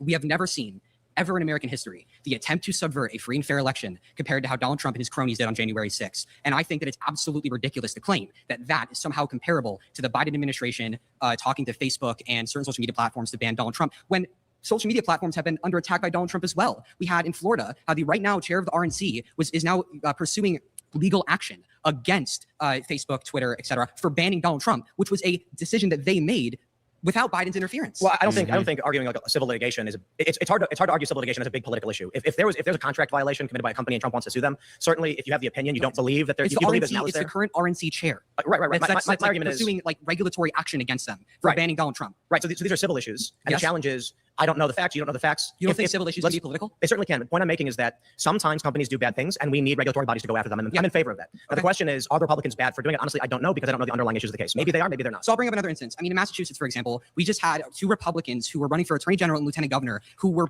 literally faking signatures on their ballots. 'em up. Literal dead people Yeah, lock 'em who, and if you look at the papers, they're the same signature down the ballot. Yeah. It's the same person, this third party that they hired, who was literally didn't have the same exact handwriting. And they tried like Yeah, lock 'em up. thousands of signatures across Well, it's- Massachusetts it's were bad. then considered moot because they were literal dead people Yeah, from it's all terrible. across the state. And those 2 Republicans. Right. And you have, I mean, there are countless instances of Republicans, not just Donald Trump, trying to subvert American elections. And I think that is one of the most authoritarian things that anybody in this country can do, I is to agree, subvert completely. the free and fair election. So what the fuck? Why is he agreeing? I keep saying I agree. But again, he says the prompt is embraced it. The right defends all this nonsense, though. Like politicians defend Trump lying. We can't get any nominee for any position right now. All they're hearing is they're saying, who won the 2020 election? Joe Biden was sworn in as the president in 2020. They can't say it, bro. None of them answer this question. And now you're talking about as bad what Trump did. Well, who's calling it out? Everybody is supporting it. They all run with it. Nobody on the left is accepting anybody that's illegally voting or trying to, suppress votes or anything of the sort. Bro, not only are they supporting it, the fucking president pardoned these people. And then he pardoned everybody that was involved with January 6th, behind the scenes and on the ground. Like, so if you have common sense, they love to talk about common sense. So if you have common sense, what the fuck does that tell you? oh my God. I think certainly that we have a problem with. I'm not gonna lie, this is a little rougher to get through than Officer Tatum, low key. It is. Well, Tim picked some trash prompts too. Yeah. So. Ancient political parties. I think the real big picture is here, and I'm not saying this to dismiss your anger over what these Republicans did. You're certainly warranted to believe that. I agree. I think they should go to jail for that stuff. The problem is both political parties are playing this procedural game of trying to steal elections through the procedure instead of convincing people. The Republicans are redistricting in all of these different states. Sorry, January 6th was procedure?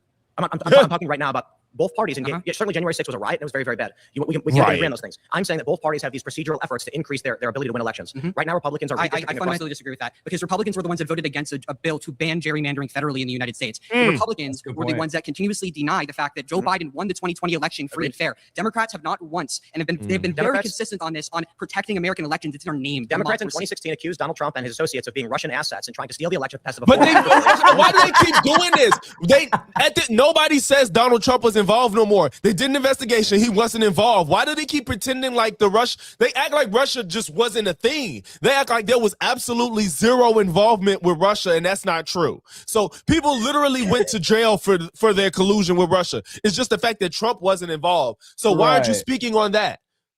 Don't just act like it didn't happen. It's just so funny because he's the one to talk about Russia's involvement in anything. That is so funny. Yeah, that was bold for you to bring up Russia, Tim. That was really bold. God damn. That was bold.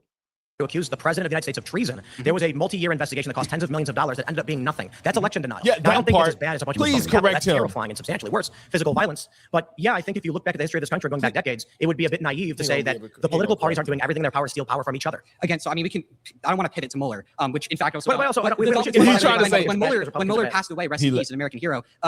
Donald Trump literally said, "I'm glad he's dead," and he no longer can hurt innocent people. I know. So like again, another instance of Republicans, I would consider threats throw him out there, brother. like that. Throw him out there. When he said that, I said it was disgusting. I mean, it's horrifying. But it doesn't change the fact that Bernie Sanders had the election taken away from him illicitly. I think in 2016, I was fervent for Bernie. He was talking about securing borders because the Koch brothers, industrialists, wanted to bring in cheap labor. He was talking about getting better wages for the working class, supporting unions. And I said, this is the only guys who's speaking to issues for the past 20 years that actually matter to working class American people. And what did the Democrats, absolutely, and what did the Democrat Party do? They used super delegates to make sure he could not win. Okay, so first off, actually, I'm a big fan of Bernie myself, so I guess it's something you could be on there. I will say that if you as a supporter of Donald Trump, I find it kind of ironic that you believe in anything closely related to Bernie Sanders. I'll give you a few examples. 9 million people who were Democrats voted for Donald Trump in 2016. Yeah, and I what also the fuck they got to do with you? Like millions of people, I think it was a couple million in West Virginia, your state, that voted for Bernie Sanders in the primary and then had to switch to Donald Trump. I criticized my own party for that, and I think that was wrong. My point is not that the Democratic Party has never, ever used something or participated, I would say, in bad faith in elections. My point is that we see consistently from Republicans, like consistently over and over again.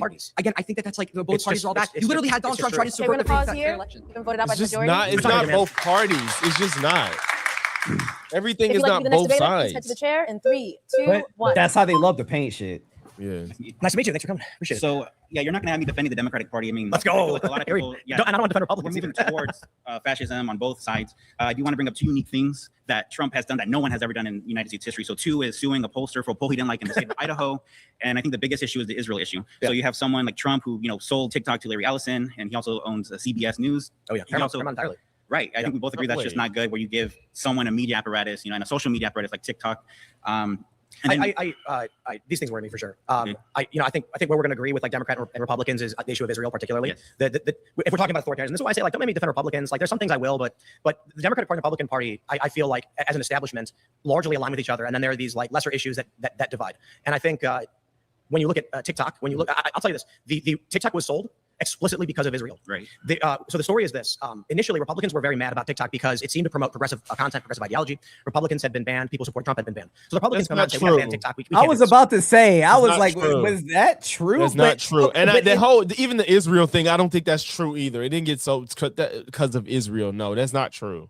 And honestly, isn't it like the opposite now? Isn't there a lot of like right-wing content? When Larry Ellison actually does own it now. You wasn't suppressed. It was like they just say shit that most platforms wouldn't allow you to say. And but TikTok has always been very strict. Yeah, exactly. Yes, and it still is to an extent. It's still kind of strict. But yeah, you weren't banned off TikTok just because. No. Yeah. Not yet, Oda Dread, not yet. Democrats said no, but then something changed. After October 7th, we saw the rise of kind of critical of Israel and supportive of Palestine. All of a sudden, the Democrats are like, you know what, now we agree with Republicans and we've got to ban TikTok. And then Trump comes out and says, no, we're not going to ban it, which he does not have the authority. Why would it just be, so it's just overnight. It was like October 7th happened. All this Israel support or whatever the hell he said. Like, these people are such liars, bro. This is ridiculous. This is so stupid. But again, this is the moderate speaking. Yes. The bill was passed. It was signed by the president. When Trump came in office, he was supposed to initiate that ban. But instead, what did he do? He sold it to a supporter of his to change the structure of that content to benefit his worldview, which does align largely with many establishment Democrats. Yeah, I agree. And, you have him sanctioning the ICC, the prosecutors. Ain't finna get dude out of there. He agreeing too much. You have, Russia and China that don't want to participate in the Western system. This is why. Then you have France, that's that's trying to get away from the tech companies, because our own politicians in those that legislation, they put that they were that any country that has these databases will be forced to give the data to them. I think if it is not a singular issue of Donald Trump. Like clearly the Dude, Democrats gotta pee? in the cheering on of the banning of TikTok because of its content. And so I think that just shows that you see the shaking. this, elite circle of whatever the military industrial stressed complex out. or big banks and all of these wealthy groups. They're interested in similar things. No, yeah, I agree. We're going to pause here. You've been voted out by the Yeah, majority. dude Well, wasn't you got doing a little shit. bit. Nice meeting you. Dude wasn't doing shit. If you'd That's like to be the Charlie. next debater, please get to the chair in 3, 2, 1. Nice to meet you. Gotta say, I'm not a fan of either party, to be honest. Let's go. Same boat as you on that one. Yeah. The left embracing authoritarianism. Right now, they don't have the House, they don't have the Senate, they don't have the White House, they don't have a majority in the Supreme Court. If these guys are authoritarian, they're the crappiest authoritarians I've ever seen. They got to go back to authoritarian school and learn how to be authoritarian. Agreed. Well, or how to win. Right? Losing, you can still be an authoritarian. Like Nazis lose power, but they're still Nazis. Well, they're losing at all levels. They're losing everywhere. Yeah, the Republicans crushed them. And I think Doesn't mean they're authoritarians, though. well, no, I mean you can be an authoritarian and lose, right? Okay, so there's 3 actual elements that we need to talk about authoritarianism. One is dismantling institutions. One is eliminating your opponent and suspending elections. Those are What very are you specific what are ways you an to sum authority point. over if you don't If you have any lose. power? Yeah, that's why I'm confused. I How- don't. No, that doesn't make any sense. Because Yeah. how can you be authoritarian? And then if he's you do not and have then he power? said the Nazis, when they lose, they're still Nazis. Yeah, they're still Nazis, but if they don't have power, they're not authoritarian as well. I like you. I get if you can't exercise it, I don't know how you can claim it, but whatever. I don't know. Authoritarians. I haven't seen those elements present within the left at all. Donald Trump was arrested several times. With exception of one. Because he That committed was the Liberal crimes. opposition. I didn't see it, but it was when they Why arrested do they always do that? They just act like Trump just got arrested for the hell of For it. nothing, for the hell of like, it. they If you just gonna- commit crimes, you get arrested. I'm sorry. You It can is what it is. you can disagree with because they be like, oh, this was a bullshit crime they indicted him or convicted him on. It's like you can feel that way, but it's legitimate. It's not like illegit. It's still on the books. Agreed. Donald Trump several times and then tried to get a constitution. They filed a suit in the Supreme Court to get Trump banned from being able to run. I don't remember that, but I do don't remember remember some that? guy at a rally going, A group of 6 Colorado voters filed a 2023 state court lawsuit seeking to remove Donald Trump from Colorado's 2024 Republican primary ballot under the 14th Amendment insurrection clause. Fair. It was Right. not initially. It wasn't even filed in the U.S. Supreme Court and did not directly seek a nationwide ban on his candidacy. Shut the fuck up, Temple. He's just talking. He's just doing this. Shut Oh up. my God. I haven't seen the fact check be on his side once. Yet. Once. And that's crazy because even What? when we watched Officer Brandon Tatum, the fact, even though there were caveats, the fact check was at least on his side a little bit. Yeah, and then the only one that was on his side, it really wasn't on his side. It was just more clear about the challenging of the votes. It's like, but you know what we talking about when we talking about challenging the votes. Right. Like, come on. Yeah, Tim is really he's really screwing himself over here. But it's so crazy how some of first of all, I feel like the people that used to be on Jubilee, like even if I disagree, they could debate a little bit. Michael Knowles can debate. Ben Shapiro. Now we're getting Tim Pool, Dave Rubin, Tatum. Like all these niggas is like stupid as shit. And I think it is like, why are y'all embarrassing y'allself like this? Like I don't know. And like I said, I wouldn't be comfortable in putting myself in a situation like this. Yeah. I'm okay. Yeah, you do have to know your shit to be the one person. Like, yes. I get Dean, I get that. Like I said, I even understood Ben Shapiro, Lila Rose, the pro-life woman. She's very good at debating pro-life. Yeah. Who else? You know what I'm saying? Sam Cedar. These people can hold their own in debates. But now first of all, the right wing doesn't have good debaters in general, in my opinion. But even when Candace Owens went on there, she did bad. So it's just like the right they have to lie. So it's just this just doesn't work for them. They have to lie. So this just doesn't work. It just doesn't work. Candace Owens doing bad, which you're right. I agree. She did terrible, but it's just so funny because she looked better than Andrew Wilson during their debate. Man, I don't know. Optically, yes. yes. Optically, but. lock her up. Who was that person again? I forget. All right, it was the same guy who weaponized the DOJ against all his political opponents, or deployed the National Guard to beat down on protesters, deployed ICE to terrorize families and tear apart communities. Wait, hold on. The Colorado Supreme Court ruled that Trump was ineligible for the presidency and could not appear on the state's primary ballot, but Trump appealed, and Trump v. Anderson, the U.S. Supreme Court unanimously reversed. And whose Supreme Court is it? Holding that the states cannot enforce Section 3 of the 14th Amendment against candidates for federal office. That enforcement authority belongs to Congress. Yeah, and they tried to fight it, but that's the problem. He shouldn't have been able to run, but here we are. Agreed. That it's just so fucking funny, man. Launch the SAVE Act to try and just put voter suppression practices in place so we could steal an election. Imprison protesters for 10 years for marching down the streets. I think crowd was to stand back and stand by. I'm ready to mobilize you to launch another insurrection. Let's go. If you'd like a soapbox, who is that guy again? If you'd like a soapbox, we can set one up for you. But if you want to have a conversation, I'm sitting right here. Go for it. I think the position is indefensible, but I'd love to hear your take. Go for it. Well, you're allowed to not like Trump. He's done a lot of bad things. Thank you. Now, we were talking about the Democratic Party, the things they've done, and I think, and I'm not saying this specifically, but I think there's many things that you're ignorant of the Democratic Party has done. You talk about suppression of their political opponent. Well, yeah, they sued so that Trump could not run for office. They tried to claim he was an insurrectionist. He was ineligible. He was arrested several times. They arrested his lawyers. Now, by all means, every authoritarian makes the argument they're justified in their use of authoritarian tactics to remove their political opponents. Actually committed crimes. It's so ridiculous. So if you want to accuse Jenna Ellis, for instance, of doing something wrong because she drafted a letter arguing on Trump's behalf, that's authoritarianism. By all means, you can say she was wrong to do it. She's a criminal, but we are seeing. Real quick, Sam asked if just Pearly Things, has she been on Jubilee yet? No, that would be embarrassing. That would be very embarrassing. But she did do a debate with Sean Kelly. Which I don't know when that's coming out. Hopefully soon, but Logix and I will probably review that one as well. We're gonna watch it. He does the same thing in his studio. It's called Outnumbered. He does 1v10, and we're gonna cover it too. Yeah, because apparently Pearl got ate the fuck up. Do you know when that's probably gonna release? I think those turnaround is like 3 weeks ish turnaround, and they just did it. So okay. When you start going after people's lawyers, by all means, tell me you think she's a criminal and deserves it, and I will tell you the people of this country now stand in fear that Democrats are going to arrest them if they engage in legal practices. We're gonna pause here. These say legal or illegal practices? I think he said legal. Let me go back. Because they don't. Tell me you think she's a criminal and deserves it, and I will tell you the people of this country now stand in fear that Democrats are going to arrest them if they engage in legal practices. We're gonna pause here. Who got arrested for illegal practice?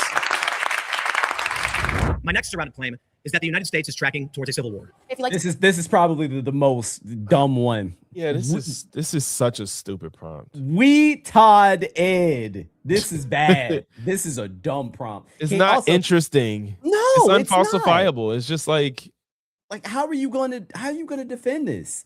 And also, can you imagine if we were watching this at normal speed? Oh, I'll die. Yeah. Be the first debater. Please head to the chair in 3, 2, 1. God damn, the whole room. So listen, I think that we are getting closer towards a peak of civil unrest in this country. And in all honesty, I'm going to blame people like you. This entire time, we kind of blurred the line between what separates you and a person. Hey, okay. I'm not gonna lie. I do like true. It is true. No, I like David. I was like, damn. I gotta go back. I gotta see if he fucking shook. What's his name, man? Jake Lang. Yeah. I gotta see. It would be on the Unfuck America's Instagram, I believe. I'm gonna look at that up while he talks. But I mean, this is a stupid prompt, but that was a that was a good answer. That was a good response. I mean, it's because of people like you. Not wrong. Like me and everybody in the circle. Okay. The truth is you don't agree. On your show, you have 5 white supremacists around you and 1 liberal lawyer talking about why we should protect the Constitution. On Twitter, you're mentioning the Civil War and why we need to have a civil war 24/7. No, you've said Civil War numerous times. Slates of screenshots over the last 4 years alone. Saying that I'm not there will talking be about shooting ivermectin up your ass. I've never advocated for ivermectin. You have literally you're the reason we're getting You've never used Google. I've never advocated for ivermectin, not once. In fact, I've never used Google. Wait. Did he just say I've never used Google? Let's go back because that's what it fucking sounded like. I've never advocated for ivermectin. You have literally no idea what you're talking about. You've not done any research and you've never used Google. I've never advocated for ivermectin, not once. In fact, I've never used ivermectin. I said no, you shouldn't use it. So if you want to make things up, you want to just waste time, then we can waste time. But if you have an argument, so if you agree with me on the issue, but you don't like me, then we can agree. I think you're responsible. That's fine. You can get away with that. If you agree, you just don't want to finish. You agree. You so mistrust the United States. Blame me all you want, and then we can agree and you can leave. You just want to run away from the conversation? Are you here to dispute my claim or agree with it? I think you're responsible. That's fantastic. Thank you and have a nice day. You don't want to hear why you're responsible? It doesn't matter because you're here to dispute my claims, right? It doesn't matter. You don't. All of a sudden you want to stick to the definition of your claim when it comes to just about everything. Are you supposed to agree with me and sit here and agree? You're not going to stop talking, are you? Are you going to sit here and agree with me? Control yourself. You're like 50 years old. You're going to agree with me? Calm down. You come down. I don't agree. I disagree with everything. You make fake claims. Of course I do. If anybody's doing something, never advocated for ivermectin. In fact, I argued with Joe Rogan on his show. I'm about to say, when is she going to jump in? Because goddamn, ridiculous. Shit. You know what's on Joe Rogan's show against ivermectin? David, can you please address the claim? I think America is getting closer to civil war, and it's all because of people like Tim Pool. Thank you for agreeing with me. Have a nice day. Yeah, you're a coward, bro. Well, if you don't agree with me, why you're here. Okay, I don't know. I wouldn't have agreed with him. That's the it's like technically Tim is right. Like you don't sit there if you agree. So it's like I get what David wanted to do, but it's kind of like it was too clip thirsty. It's like he wanted to get a moment, and it's like I get it, but let a moment come naturally, because it's like y'all talked over each other the whole time, and I think Tim caught on and was trying to prevent him from getting a clip off on him. Because yes, if you agree, don't sit down. Right. But David just wanted to say like you're the reason, and it's like you could have got there maybe some other way. You know, I don't know. Oh, he for sure shook this motherfucker's hand, by the way. Oh, you found it? Yep. Nope. Sorry. Can't fuck with David. I'm sorry. I can't. You know what happened? Somebody probably was like, you shouldn't have did that. So this was his opportunity to try to make up. But Tim isn't as egregious as somebody like Jake. Absolutely not. At least Temple's not a fucking white supremacist. Yeah. I'm good. David's young though. He's like 19, bro. So I didn't know he was so young. Yeah, he's like 19, I think. I'm not gonna hold it over his head forever because of his age. All right. Yeah. So, sure. but it's like I think he did that because people got on his ass about Jake. That's probably what happened. Potentially. That's probably what happened. So this was his opportunity, but it's too late. That's still crazy. Yeah, it's crazy though. But the dichotomy is crazy. Doing research before you come to a place like this. If you'd like to be the next debater, please head to the chair in 3, 2, 1. Welcome back. Damn. Good to see you again. Great to see you again. Yeah. First time we talked about this was in 2019, so it's been quite a while. I think it was since before we that. calling for Civil War. I've never called for Civil War. Or not calling for. Wait, that didn't help. Said that we're He said, I've been saying it before that. Actually, like, so you just been saying this shit for just years and years and years. Exactly. Yes. I didn't even know that Tim Pool talked about a fucking Civil War for this month, at this capacity. Oh, are you looking at it or something? Yeah. Yeah, like you type it in with his shit, bro. He say that shit all the time. And what was the citation I had for when I said that? I would love you. It was The Atlantic. Okay. And it was a journalist who interviewed several national security experts who said that there's a range of opinions in the national security space that the U.S. is trending towards a civil war. Notably, that when you cite people like Stephen Marsh, journalist, as well as Barbara F. Walter, former CIA, the U.S. academics describe the period that we're in as civil strife, meaning there's a criteria of death that has occurred for political reasons over the past year or years, for which the next phase would be civil war. However, tracking towards it, I've not said that it will happen, although there have been many people who have said that we are in a cold civil war or some kind of cultural civil war. I always caveat, because I don't actually have a strong prediction. First of all, you do have a strong prediction if you've been saying this since 2019. There's 42. People can look this up. There's 42 of your titles that have the word Civil War in it. Correct. With big fonts on the front. I sure do. So why is that? It's sensationalist. It's easy to get clicks on that. There's a reason why you say it, because it's very profitable for your business. But we have 1,600 episodes of just IRL. There comes a point where people stop taking your prediction seriously. Are you going to make an argument, or are you mad at me? I'm not mad at you. Okay, then let's make an argument about whether or not we are tracking. No.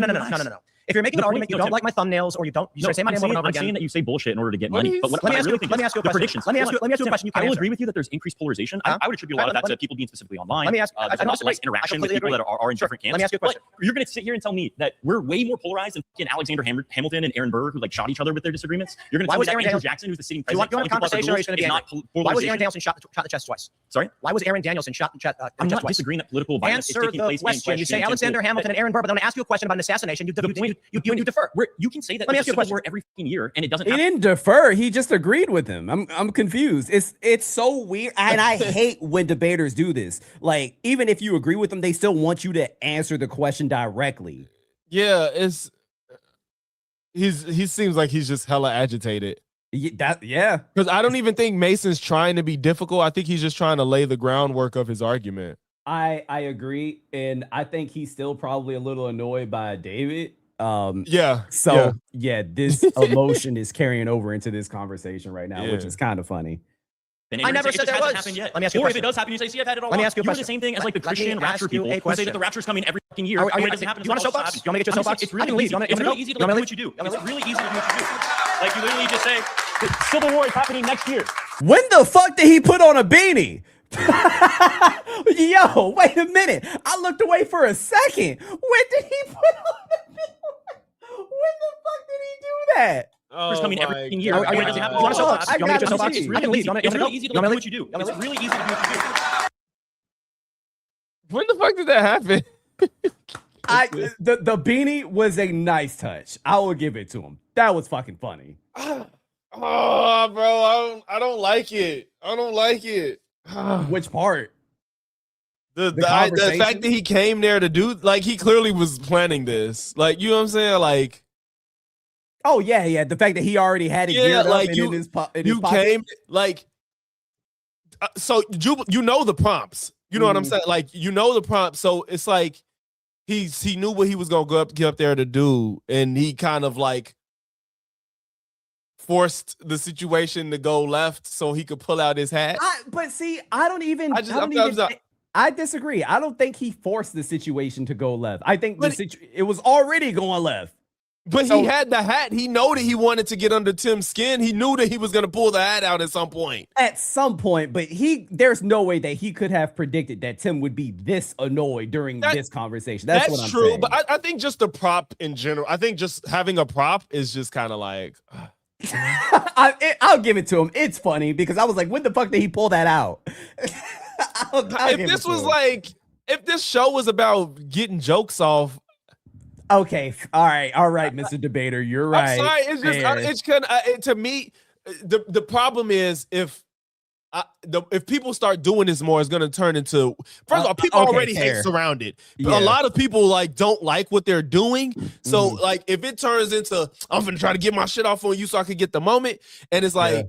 Then it's gonna just diminish the show generally. So okay. I mean, I understand. I understand what you're saying because now people could perceive it as people are going to come on this show to like seek moments like this. Yeah. I understand. Going forward, it's like, okay, if we let this stuff slide, now people are not even going to be. I want to see a real debate. I really want, even though this ain't the best format, like I do want to see people present arguments and get them debunked.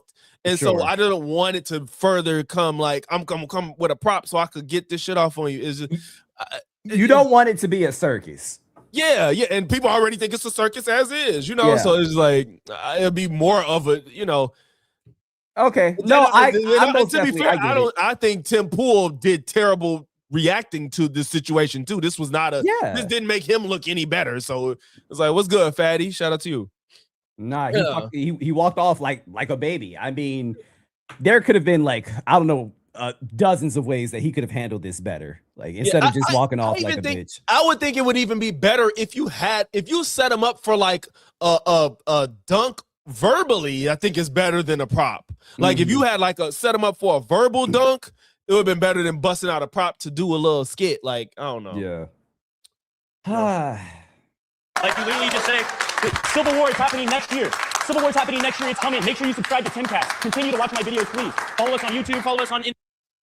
I see. It's cringe.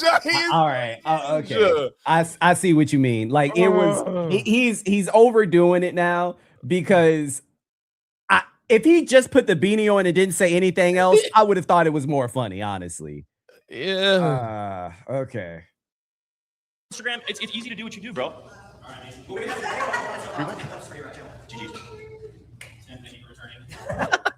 Nobody's actually had a debate yet. Are we gonna actually talk about whether it will or will not happen? I mean, sounds like it's gonna. But nobody probably want to debate it because it's a terrible prompt. It's stupid. Like I don't even understand. Like I can't.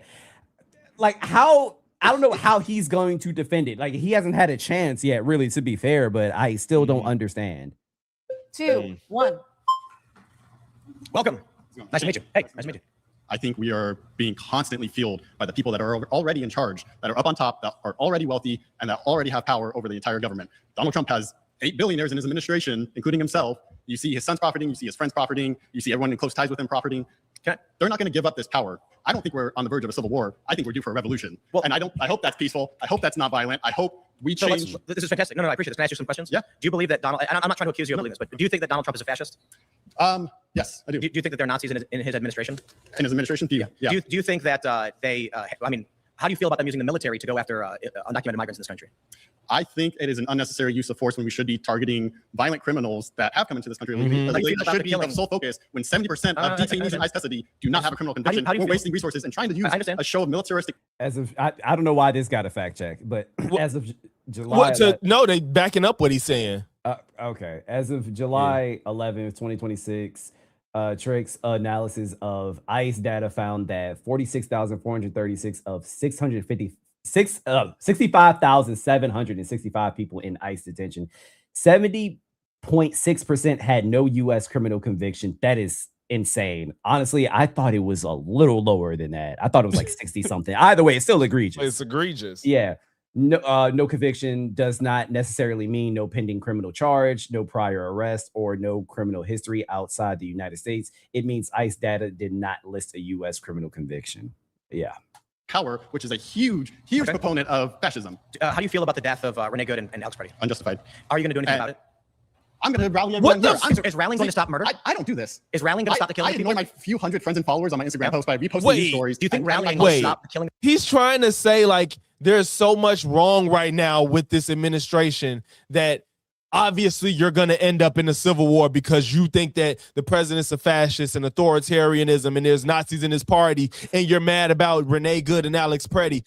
All of that is going to make you gonna go out there and start a civil war. That's what he's trying to say. Okay, but does he not think that those criticisms are legitimate though? Exactly. It's like, wait, that's that too. And it's kind of like, if you agree, if you think, well, I would hope that you think these things are not okay. Right. As a moderate, I assume he would. Why isn't that the criticism versus people being upset about it? Exactly. What the fuck are we talking about? What I'm doing here now is trying to show people that they need to speak up, that we're not against each other right and left. Do you believe speaking up will stop ICE from killing people? I think speaking up will get us to the right process of voting people in the midterms and in the next election so that we can make changes the constitutional way. How many people do you think will die between now and then? Too many. There's already been too many people that have died. So again, this is largely based off. I don't know if it's. So wait, are you trying to incite a civil war? No. Do you want a civil war? I'm asking so if you actually believe. What do you want to do? Do you want that? And you're happy that they're killing people? No. Okay, so what are you going to do? I'm going to vote for Trump again. He's the one that's allowing guys to kill people. I'm so confused. Wait, why would he say that if he can't run again? Why would he say that? What is happening? Why would he say that if he can't run again? And if he agrees, like he said multiple times in this debate that he doesn't like certain things about this administration. So why the fuck would you vote for them again?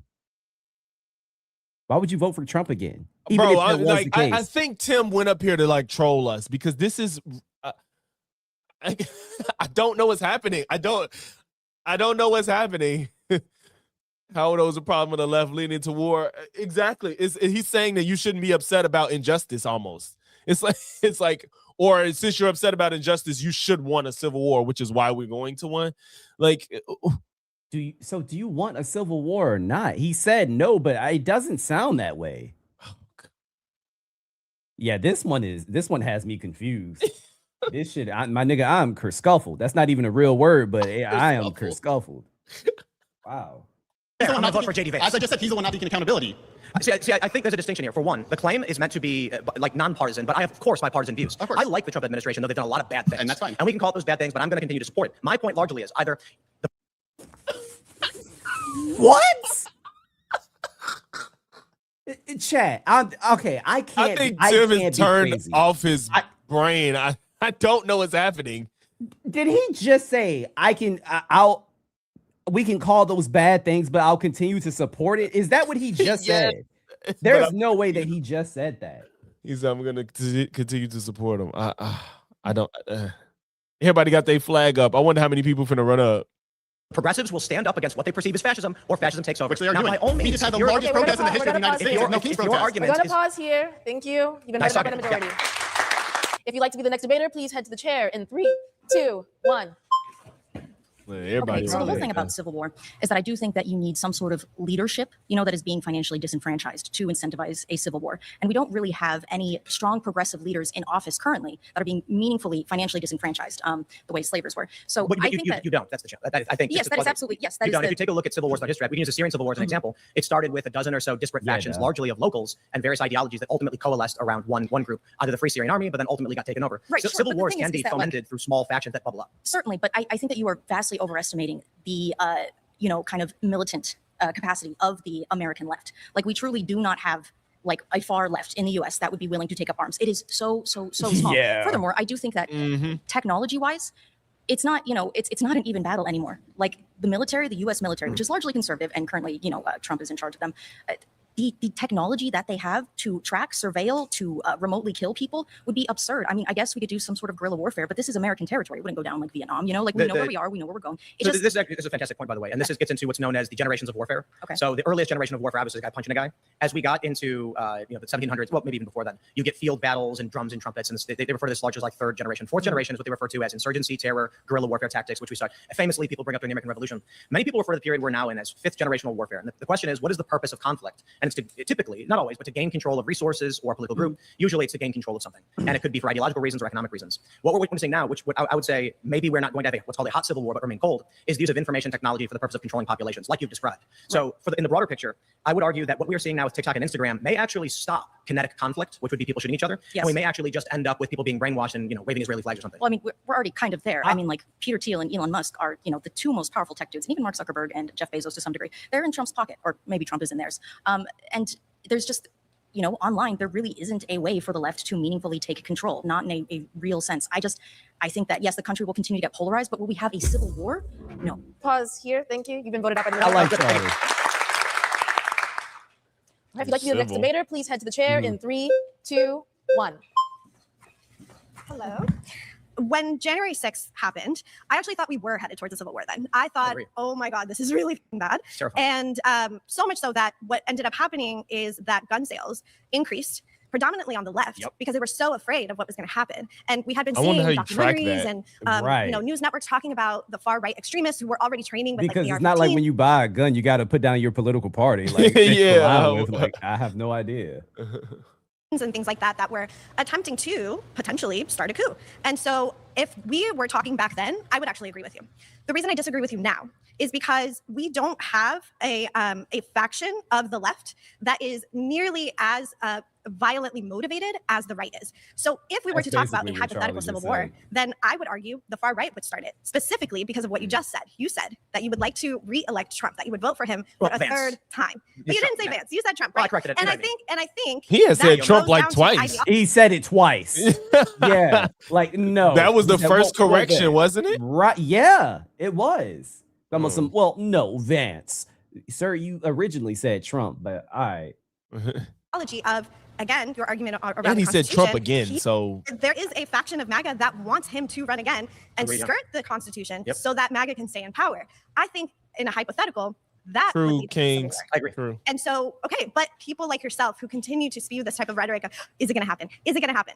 I think you want it to happen. I think you're exaggerating the things that I've said about it. I think that last conversation was absolutely fantastic. Everything that you talked about is online. And so I think I've interviewed national security experts who asked I me feel if like they put David there on And purpose. you have one gentleman Like, saying, yes, and it's my fault. Why do you feel? Because like he's behind so him? animated. Yes, and they put him directly behind Tim. It's like we keep seeing all his expressions. All his expressions and his reactions. Yeah. Sure, probably. You just have to like me. You have to like my opinions or what I do. But I think when you also say that when MAGA wants to elect Trump for a third time, you are correct. They do. And I also agree this is going to create an untenable situation for the country that I don't believe progressives or Democrats will accept. I don't see Trump and his base backing down, and I don't see the left, liberals, Democrats, or otherwise agreeing to back down. It's a simple question. Would anyone in this room sit back as Trump seized a third term in power? I don't think they would do it. Yeah. So you can have a fascist take over a revolution, or you can have a civil war. It's almost as if it's like, I don't know if this is a bad analogy. It probably is. But like, it's almost as if like, what do you think will happen if somebody came in and slaughtered your whole family? You're going to want to kill them, right? It's like, I mean, let's get the killers before I have to do that. Like, it's like he's horny for the Civil War, which is why it's like, you want it because you're not fighting against the reasons these people are upset. You're just saying like, they're doing things and y'all are upset, so you should want to have a civil war. Correct. Yes, that was well put because I've been trying to really figure out how to like convey this to the chat because I have no idea, but that was beautifully put. It's just why aren't you as upset as everybody else if he's violating the Constitution, violating people's rights, trying to have an insurrection, trying to run a third time? Why aren't you upset? You're like, y'all are mad at this shit, so start a civil war. What the hell? Yeah, it sounds, again, you're right. It sounds like he is really advocating for it. Because why would you say that otherwise then? Like you can't say something like that and say, well, no, I don't want one. Yeah, because as much as I don't like how shit is, I don't want no goddamn civil war. I don't want that. And I'm not gonna be like, we're close to a civil war. We're close to every month. Like I want to vote these people out. You should want to too, but you're like, I'm going to vote for Trump again. So you want people to be more upset at the person that's causing people to be upset. Okay, whatever. I still can't believe. What's up, Chantel? I still can't believe that motherfucker said that. Yeah, I'd vote for him again. All right, bro. This is the case, and I hope to God it's not. Because you know what I prefer? I prefer to watch the soccer match. I'm even more confused. He said he hopes that's not the case. So what? Logix, what are we doing? Then why aren't you fighting against it, you fucking idiot, bro? Right. And have some chicken wings. I don't want to deal with conflict crisis. I don't like having to live in. You know, I have multiple bodyguards with me today. I have to have people stand outside my house because we got. Why are you scared of the progressives in here? I'm not scared of anybody in here. Actually, I think you guys have been absolutely lovely. But there are lunatics. In December of last year, someone drove by my property and opened fire on our buildings. And you're gonna blame that on the left too? It was a left-aligned individual who did it, but I mean, I'm not blaming. How you know? And I certainly would acknowledge that there are people on the right who engage in violence all the same. What I'm saying is, I don't want you to be in fear of your life. I don't want to be in fear of my life. I prefer this. You guys have been absolutely awesome. We disagree. I mean, that guy really hates me, but I don't want him hurt or anything like that. I don't want to live in a country where people are attacking each other without trying to understand each other. Right, but the rhetoric that you're spewing is leading towards that. You want Trump again, which means the rhetoric that you're spewing online, the political commentary that you're spewing online. And wouldn't this be the same logic as you guys are calling Trump a fascist? So that's violent. So wouldn't going out saying like we're gonna have a civil war be leading to violence too? Yeah, and then you saying I will vote for him again. Yeah, exactly. Absolutely. Yeah, that's a good point. Donald Trump. Will they? Won't they? Will they? Won't they? I don't want Donald Trump for a third term. I would prefer, JD Vance, maybe Rubio, but that's still MAGA. And indeed, and understand that Trump won the plurality of the vote in 2024, and he has a large support base despite his polls being very low. He does, and we'll see what happens with the Republican Party in 26 and 28. But you can't just wish away the existence of another political faction with a polarized worldview compared to yours. I do not see a reality where Republicans accept the worldview of the progressives who are gaining ground in multiple places, namely in New York. And I don't see the progressives accepting the Trump worldview as you've described it. And the reason that we're not going to accept it is because people like you. And the reason we don't accept Thank you. We're going to pause here. If you'd like to be the next debater, please head to the chair in 3, 2, 1. Nice to meet you. Nice to meet you, Jeremiah. Okay, so we know that the USA is very resilient, right? We've weathered so much. So we've stayed intact, and we weathered 1968 riots, McCarthyism, what else? Civil rights era, Civil War. So, but the thing is, we stayed intact, right? So my thing is that we can have polarizing views, right? But nothing that we're dealing with right now is as intense as anything that I just mentioned, and none of those things led to a civil war. So unless the right plans to enslave the left, how are we going to have a civil war? So one example that I often say, which I don't know, that a lot of this is probabilistic. You know what? I would have died laughing if Tim came out and said, "Well, the Civil War didn't start because of slavery." I would have died laughing. I was hoping that he was going to say that. Right. Oh my God. Use Colorado as an example. Colorado allows for abortion up to the point of birth, the woman's discretion, but Oklahoma bans it, and they share a border. Okay. So you have a potential for conflict. In Colorado, no gestational limit. Abortion is legal throughout pregnancy with no state gestational age cutoff. Oklahoma, no elective abortion window. Abortion is generally prohibited throughout the pregnancy, except when necessary to preserve the pregnant patient's life. I mean, I had no idea about either of those. In that regard, because if a woman is with a man and she's 7 or 8 months pregnant and she decides to get an abortion in Colorado where it's legal, the state will try to stop her. We have already had an instance where, I'm not sure, it was a southern state, it might have been Mississippi or Alabama, where they attempted to charge a woman with conspiracy to commit abortion by fleeing the state. And so the issue that arises is at the ground level when a man says, "You are taking my child to be murdered," and the woman says, "No, it's a fetus, I'm getting an abortion." And this results in people on the ground traveling between jurisdictions with different laws, which creates a problem. These people be lying too. They're pretending like if you go to get an abortion at 7 months, they killing the child. After viability, they preserve the life. They do an induction or a C-section. Correct. They don't kill viable babies. No. The only reason you kill babies before viability is because that's the only way to abort the pregnancy. If we could keep cells and grow them in fake wombs, we would do that. Yep. But we don't have that technology. The only reason they die is because they have to die to stop the pregnancy.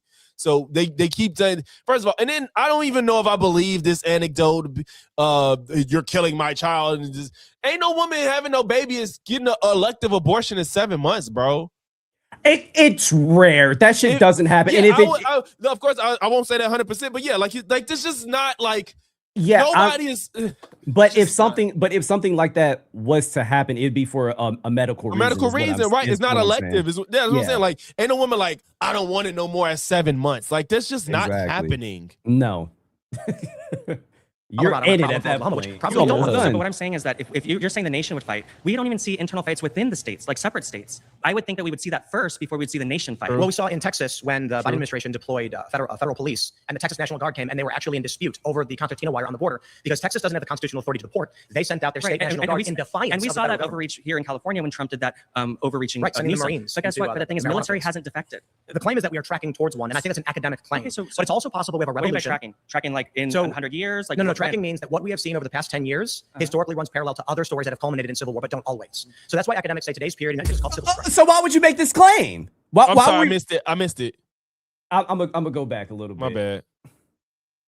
So 100 years? Like no, tracking means that what we have seen over the past 10 years historically runs parallel to other stories that have culminated in civil war, but don't always. So that's why academics say It has run parallel to stories, But don't always. but So don't it's like, always. So why so would you it- make this claim? So even by your standards, it's possible that it won't happen. Right. Because they don't happen. Okay. Bro, this man has been debunking himself. That's why they ain't giving him the fact checks for real, for real. The entire time. today's period, and that's just called civil strife. Okay, we're gonna pause civil rights there. have civil strife as We're well. gonna pause here. Thank you've been voted out the majority. If you'd like to be the next debater, please head to the chair in 3, 2, 1. Welcome. Nice jacket. Thank you. When you say that the U.S. is heading to a civil war, I fundamentally disagree with this claim because I think that for any country to go through civil war, 3 key things need to happen. The first is geographic fracture. The second is the military defecting. And the third is institutional collapse, none of which we see in the United States. Well, let's address the claim number one. We actually have seen massive internal migration from blue states to red states and red states to blue states. So geographic hyperpolarization absolutely is I happening. didn't say polarization. I said geographic fracture. There are plenty of blue elaborate. cities in red states. Right. So where's the fracture? Has Well, anybody, what do you mean by has any fracture? state tried to secede? There have been instances of states trying to secede from themselves. Not really, no. In Which states try to secede? Northern California is trying to secede. You've got Eastern Oregon trying to secede. No. You've got a district in Northern What I mean Colorado. secede is not, are people wanting it to happen? Is there a little bit of a movement going on? Is there mass voting for a Yes. state to secede? No, there's not. The state of Jefferson, are you familiar? No, there's and not. Greater Idaho. Did it happen? It doesn't happen. I believe we had It doesn't- two what counties. you're saying- Hold on. If you don't know this, don't just say you don't. Eastern Oregon had 2 counties voting to secede from the state to join Idaho. Did it happen? It did not. It does not happen. No, because but whether it did we're or happen is extremely the polarized in this argument. Are country. people trying to Listen, make it we're happen? extremely polarized in this Western country, Maryland but tried there's to no secede. geographic fracture. Western Maryland voted to join West Virginia. People tried to it doesn't happen. I understand. I think a lot of people look at American history and then believe all civil wars happen in this Well, context. yeah, But in fact, the United States is unique in this regard, and that we were positioned for civil war because you had state jurisdictions with great authority that were in defiance of the federal government. You use this rhetoric a lot, and it's very, very dangerous to use this rhetoric because it gets people up in arms and gets people rallied up. This kind of rhetoric is the same kind of rhetoric that Donald Trump uses to rally up right-wing conservatives. This is so dangerous that there are only 2 possibilities for why somebody would say this. Either they're blatantly exaggerating and grifting for money, or they genuinely believe what they say and they don't know, and they don't give their audience the 20 seconds of respect on Google it would take to learn otherwise. The U.S. is not heading for the civil war. There's clearly more than 2 reasons why someone would say these no, things. there's not. Like I said- and that's being intentionally derisive and not. Thank and God. that's not I policy. hated It's the truth because we're not heading for the civil war. I'm We're telling going you. to pause it here. We're out of time. All right. Thank you, though. Well, good talking to Such you. a trash prompt. They should have made him do a different one, bro. The final surrounded claim is that the Constitution effectively does not exist anymore. What the hell are these prompts? What does that like? How many times have I said, well, what does that mean? What do you mean the Constitution doesn't exist anymore? It's like it's like he wants to have this like higher level philosophical conversation clearly, because clearly the Constitution exists, but he wants to talk about its effectiveness, I guess. But if it does, again, this is stupid. It's almost as if he is setting these prompts up for people to agree with him. The Civil War, well, you want it. The Constitution don't exist. Well, you're voting for it. Like, if it don't exist, it's because you're accepting the people that's going against it. And that's probably what he wants. So nobody disagrees with him, I guess. I don't know. He needed a break for his first 2 prompts, I guess, because he knew that he would have real arguments. In the last 2, he's like, I'm gonna just say some shit because this is stupid. So the title is him versus 20 progressives, and his last claim is the Constitution effectively does not exist anymore. I'm just confused because if there is anybody that has been ignoring the Constitution, it is the current sitting president. Mm-hmm. So I understand that he claims that he's a moderate, but he's been arguing for Republicans rather for a decent amount during this debate, right? Mm-hmm. Do you see where I'm going with this? I'm just confused. That's pretty much what I'm saying. Like, he pretty much has to accept that if your argument is the Constitution doesn't exist, is because you are supporting the administration that is not giving a fuck about it. That's why. It's not, and that's, and I don't know why you would. The man literally just said that he would vote for Trump again. I was just playing. Yeah, bro. so it's weird. This shit it's making my head hurt. Like, damn. If you'd like to be the first debater, please head to the chair in 3, 2, 1. Nice to meet you. Doing well, going well. So, what is the purpose of the claim? So the first question is, what is a constitution? A constitution, it actually refers to what constitutes a body politic. As of right now, I'd make the argument that first, what is known to most people, the interpretation of the Constitution dramatically has changed over the past several hundred years, not just with amendments, but with the language itself, though. Many people might argue they're originalists, some might say they're textualists. It doesn't even matter if they claim those things because their view of the Constitution has changed. As of today, there's actually two distinct large body politics, that's the way you say it, and they do not agree on the interpretation of the Constitution. Thus, we are seeing claims the Supreme Court is no longer legitimate. We've seen that for some time now. We see Republicans angry with Amy Coney Barrett and Kavanaugh over their rulings, and we are now hearing arguments that politicians should just ignore the Constitution outright, or the Supreme Court, I'm sorry, in this capacity, even though this would violate the Constitution. But that wouldn't necessarily work, because if the founding fathers were creating the document, they knew that this was going to continuously progress because they believe in the modernization of the United States that was going to continuously go forward. That's why you had Lincoln making the Reconstruction era amendments. This has nothing to do with anything, but this guy was supposed to live in the 80s. Like, the whole swag. Oh my God, yeah. Looks like he just jumped out of Stranger Things. Like, that's not even a diss. Like, no, he's a little fly, but yeah, I see it. I love he fuck with the fit. Like, he a little fly, but the hair, the glasses, the chain, like the earring. Oh, I can't even see it. Even the progressive era amendments, like the 16th Amendment with the income tax, the 17th Amendment. We're not arguing that. But what I'm saying is that the Constitution has always been able to progress and change. If you're looking for the issues when it comes to the Supreme Court and what everybody else believes, that happens on the left and on the right. Everyone has a disagreement when it comes to the Supreme Court. But the problem is when you look at the Trump administration, what they're currently doing right now is making executive orders saying that they're going to ask questions about the 14th Amendment. But the reality is that he wanted to change the first section of the 14th Amendment to his own. Is anyone stopping? The Supreme Court did, actually. Not only did the Supreme Court stop them, initially, that's what he was promised. He was hoping did not have happen. That's why he was sitting in April with the Supreme Court, trying to be basically the muscle of the executive and judicial. So Trump hasn't stopped. In fact, they're preparing another executive order under the same line that was just rejected, targeting territories. So then you agree with that the fault then would be coming from the political right then in this case, because when it's not a question of fault, it's a question of we are not seeing. But my point largely is there is a left and there's a right in this country. They're so distinct. Neither views the Constitution as being upheld. But that's not necessarily true. When you look at it is true. Well, I'll explain to you as the reason as to why it's not. You think true. Trump's upholding the Constitution? I don't think he's upholding the Constitution, but I know for a fact that the left has been, or the Democrats have been actually holding up the Constitution a lot more. If you look at, for example, with Bush, do you think Republicans believe the Democrats are holding the Constitution? Do I think that Republicans are holding it? Do Republicans in this country believe Democrats are holding true to the Constitution? Of course they don't, but that's because that's the point. But that is opinion based. That's specifically opinion based. When you look at different members, different presidential terms, you look at Trump. He's trying to take it down with the 14th Amendment through executive orders. The AUMF under Bush, he took away the ability for the Congress to actually declare war with that simple document because of September 11th. I haven't seen Obama do that. I haven't seen Biden try and do that whatsoever, especially when it comes to the past 20 years. The reason as to why we're in those situations is because of these two presidents. Now, what my argument is that while they may say individuals may say this, what we're seeing is actual executive powers, legislative powers, actual judicial powers on the right that are specifically doing this. They should let him. He was cooking. He was cooking. Like, even Sam say he cooking him like a 1980s microwave. He was doing good, man. Shit. Very well. And he just got there. Like, they should have let him. That was, what's it, 20 minutes? Yeah. I think I got, okay. I don't even think he got that long, man. He should have. Please get to the chair in 3, 2, 1. How's it going? Nice to meet you. An issue I kind of take with your interpretation of the Constitution is that you're kind of like taking this originalist approach to the Constitution and that every single word in the Constitution should be taken as literal. No, I'm not. So what do you mean essentially by? Like, so the founding fathers, it was a split between the Federalists and the Anti-Federalists. There was an argument as to whether we should have an unwritten Constitution or a written Constitution. There was a fear that with an unwritten Constitution, it would evolve too dramatically and you'd end up with tyranny. So one faction says, hey guys, write it down. In fact, they wanted not just a Constitution, they wanted a Bill of Rights. So the argument is fundamentally a Constitution is what constitutes the body politic. When you have a group of people that are largely morally aligned, they all basically agree, then you have a Constitution. We are seeing an increase in geographic polarization. This is resulting in the Congress becoming equally polarized with radically different views of what the Constitution actually means. So our Congress is very, very, very centered, right? Our Congress is very much in the political center. So to say that they're these radical figures, I think it's strikingly ironic. Well, no, they're polarized, right? They vote on party line almost all the time, even when it doesn't make sense. And if you don't, Trump gets you removed from office like Massey. So that's polarization, right?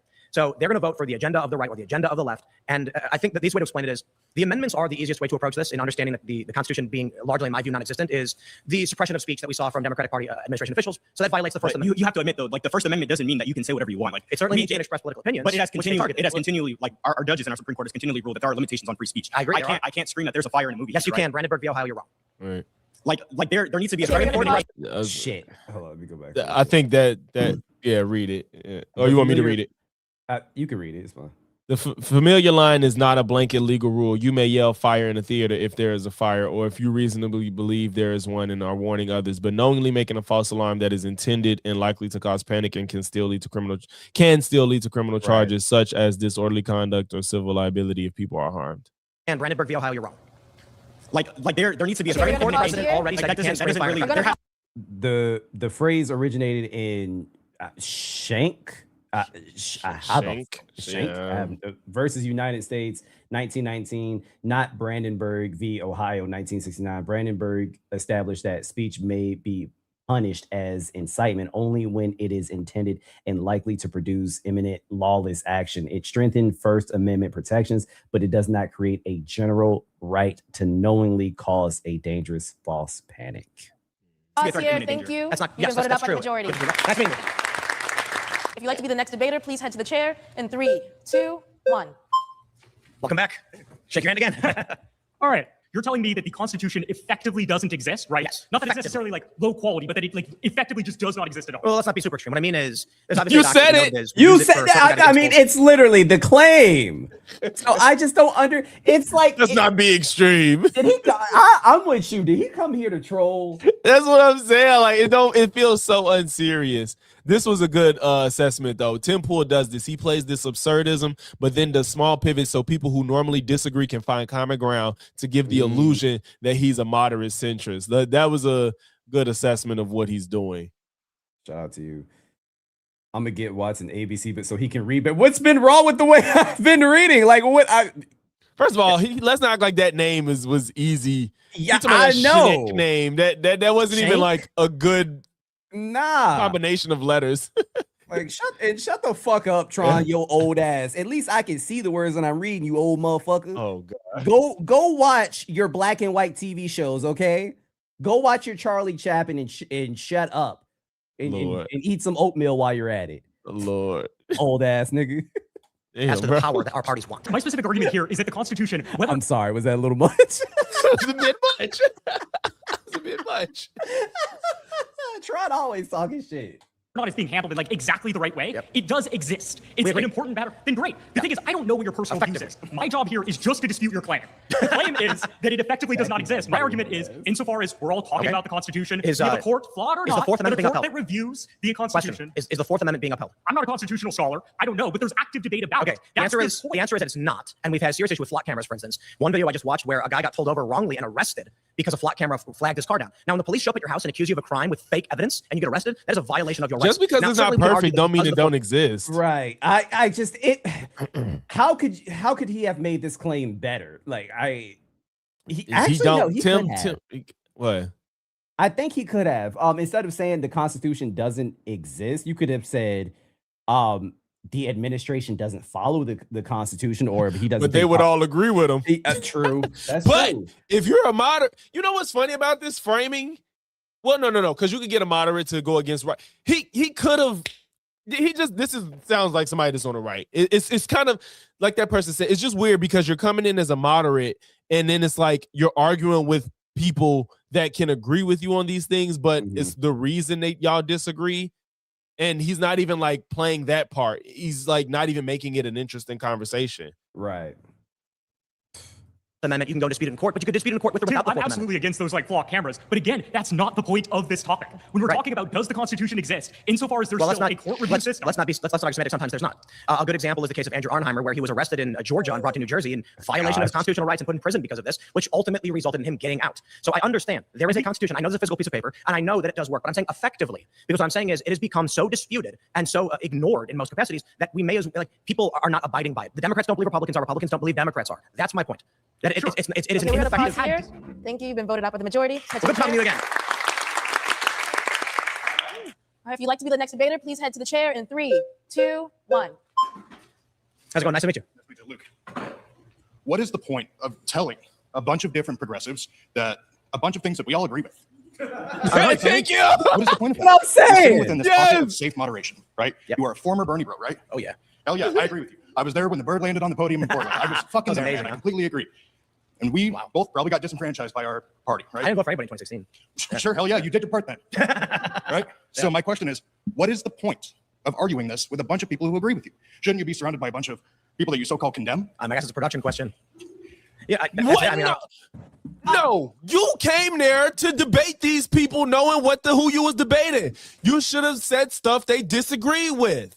I'm you can't put that on production. They didn't make your prompts. You make your own prompts. I'm assuming Jubilee approached Tim Pool to do this. You said yes. You made your own prompts. This is not on production. This is on you, you fucking ass knuckle. Exactly. I don't understand. Like, this is so stupid. Like, Tim Pool, I think he thinks he's smarter than he is or something. They put down production. No, they don't give you prompts to argue, motherfucker. Look, and you could get me. You could, if as somebody on the left, I can debate people on the left on things we probably might disagree on. I can make prompts that we can disagree on. So if you're a moderate, that should be easy for you. Dude, look, in Kyla's interview, when I interviewed Kyla, bro, she said that Tim Pool is actually is really smart. I'm gonna have to wholeheartedly disagree at this point. I don't even know if it's smart. I think he just can memorize some shit. I think that I don't even know if it's smart because this isn't smart. This isn't smart. Like, you're wasting people's time, in all honesty. If this is what you think is smart, you're wasting everybody's time. Like, it's just so stupid. You are saying shit that they agree with you on for the most part. Fucking stupid. I just say I have claims, and if we agree, I guess we can all smile and shake hands. But like, this is a direct question to you. Like, why sit in this pocket of moderation if you so clearly condemn everything that's going on the right? A group that is so clearly eroding the Constitution. Weird. Why are you sitting here arguing with people that agree with you? Is your argument that I should be a progressive or a liberal because I don't like what's happening in the No, Constitution? I think you should be a little bit louder about the things that you actually believe instead of this like safe beanie wearing moderate. Oh, what does that mean? Well, I fuck with this guy. I like this guy.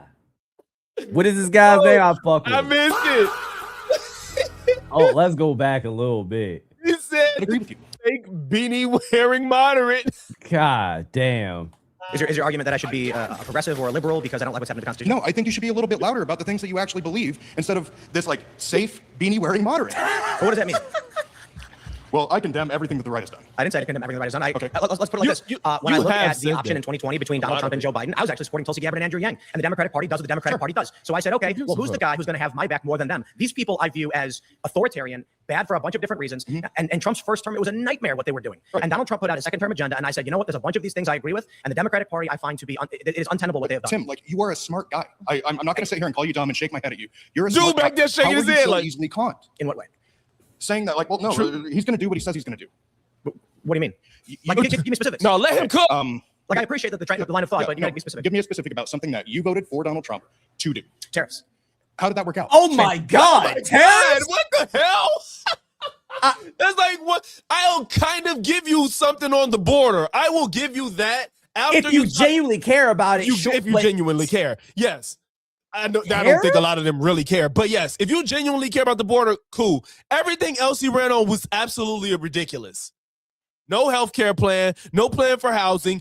Tariffs is not a good idea the way he wanted to do them.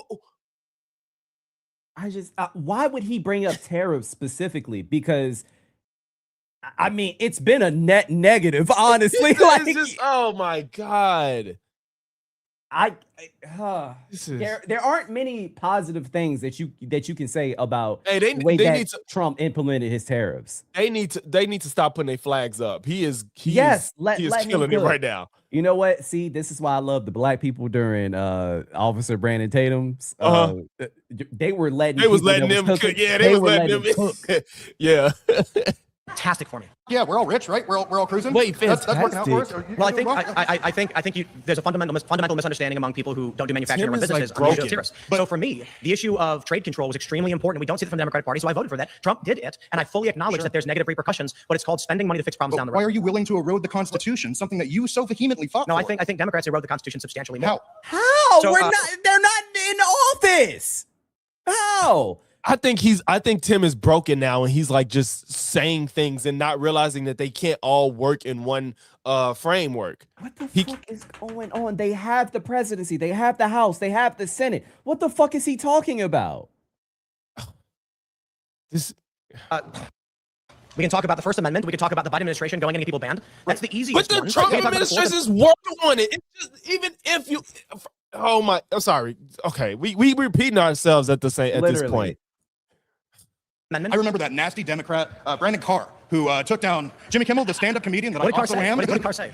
He made a call directly to NBC. Why should unilateral government power be used like that? And why are you just saying, I condemn that, but you're actively doing nothing to fight it? No, I think the issue largely is regulatory bodies exist. I agree with the existence of regulatory bodies. Sometimes they do things you don't like. You didn't like it here, but I'm sure you like regulatory bodies elsewhere. So I'm not going to come out and pretend to be angry about something that is complicated or litigation we don't understand because it's tribal points for me. I'm going to say, what did Brendan Carr actually say? What did he actually say when he called NBC? You need to take Jimmy Kimmel down. He did not say that. Then what did he say? I don't know, and that's why I don't have a strong opinion about the issue right now. So you can't tell me oh what he my said. god! Oh my god! This man is frustrating. Like, this man is actually fucking frustrating. Not only that, he's the same guy that says the Biden administration told people to that they have to that told Facebook to pull people down for vaccine misinformation when Mark Zuckerberg himself didn't even say that. Mark Zuckerberg said he was like, oh, they kind of gave us pressure, but they didn't tell us what to do. But these are the same people that say, no, the Biden administration told them to. I'm like, bro, get the fuck out of here. This is fucking bad. Oh my God, I'm finna have a headache, bro. Oh, I'm already there. I woke up with a headache because I knew we were going to do this. Can't pretend to be angry. We're going to pause here. Thank you so much. You've been voted out by the majority. Boisterous. No, they should have let dudes stay up there, bro. There's only 55 seconds Please left. head to the chair in 3, 2, 1. Santana. Welcome back. So the whole point of it being like, oh, it's the left, it's the right. I'm a constitutional abolitionist. I want it gone. Who's the Constitution written for? It's written for the original American colonists who started this country. Which were largely white Protestants. So it was written for white men that own land. Right? Mostly, yes. Yeah, perfect. And after that, everyone else has been given rights. Right? They've not been given rights. I would argue that over a long enough period of time, there's been advocacy to make the Constitution protect against a government infringement. The Constitution gives the rights to protect the white men that own land.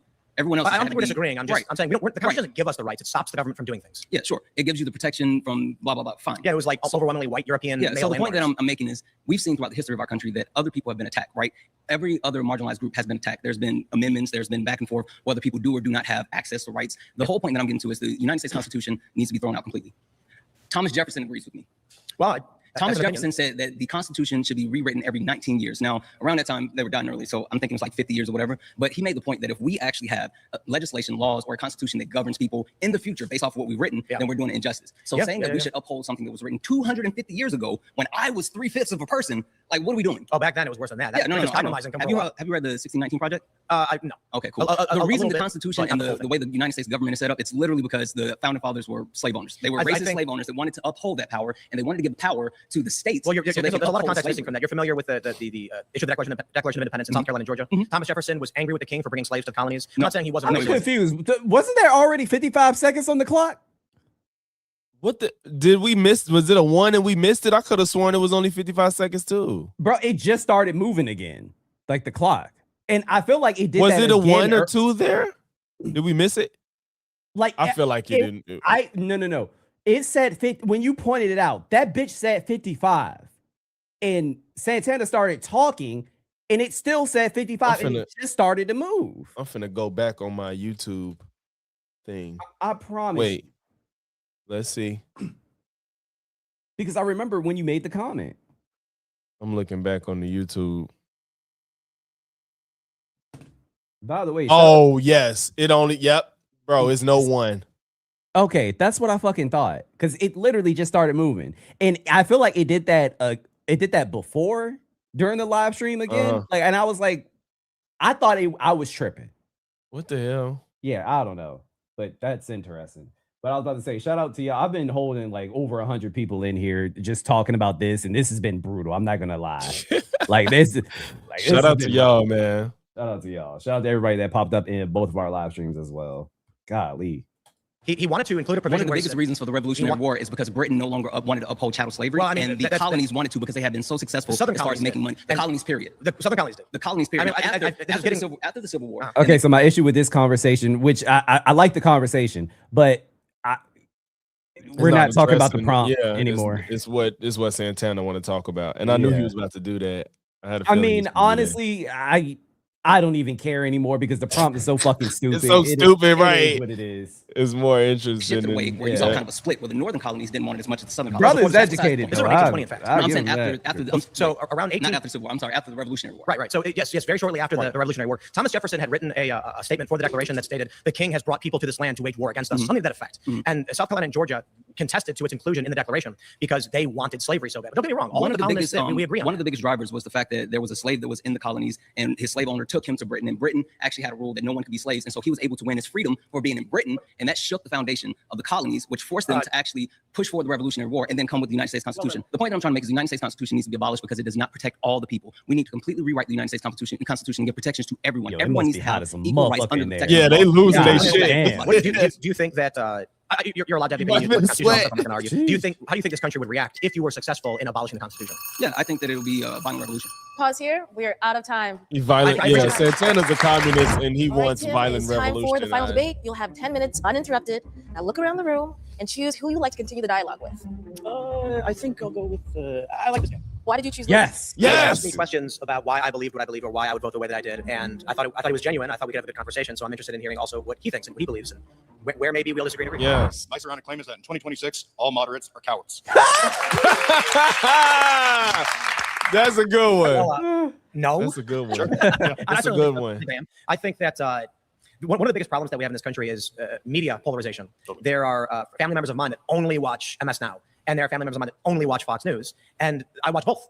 And so then I see, when I turn on MS Now, the only thing they're talking about is going to be in one direction. I turn on Fox News, the only thing they're talking about is the other direction. And this makes people really on edge and then say, I need to be on one side. It crafts a moral worldview.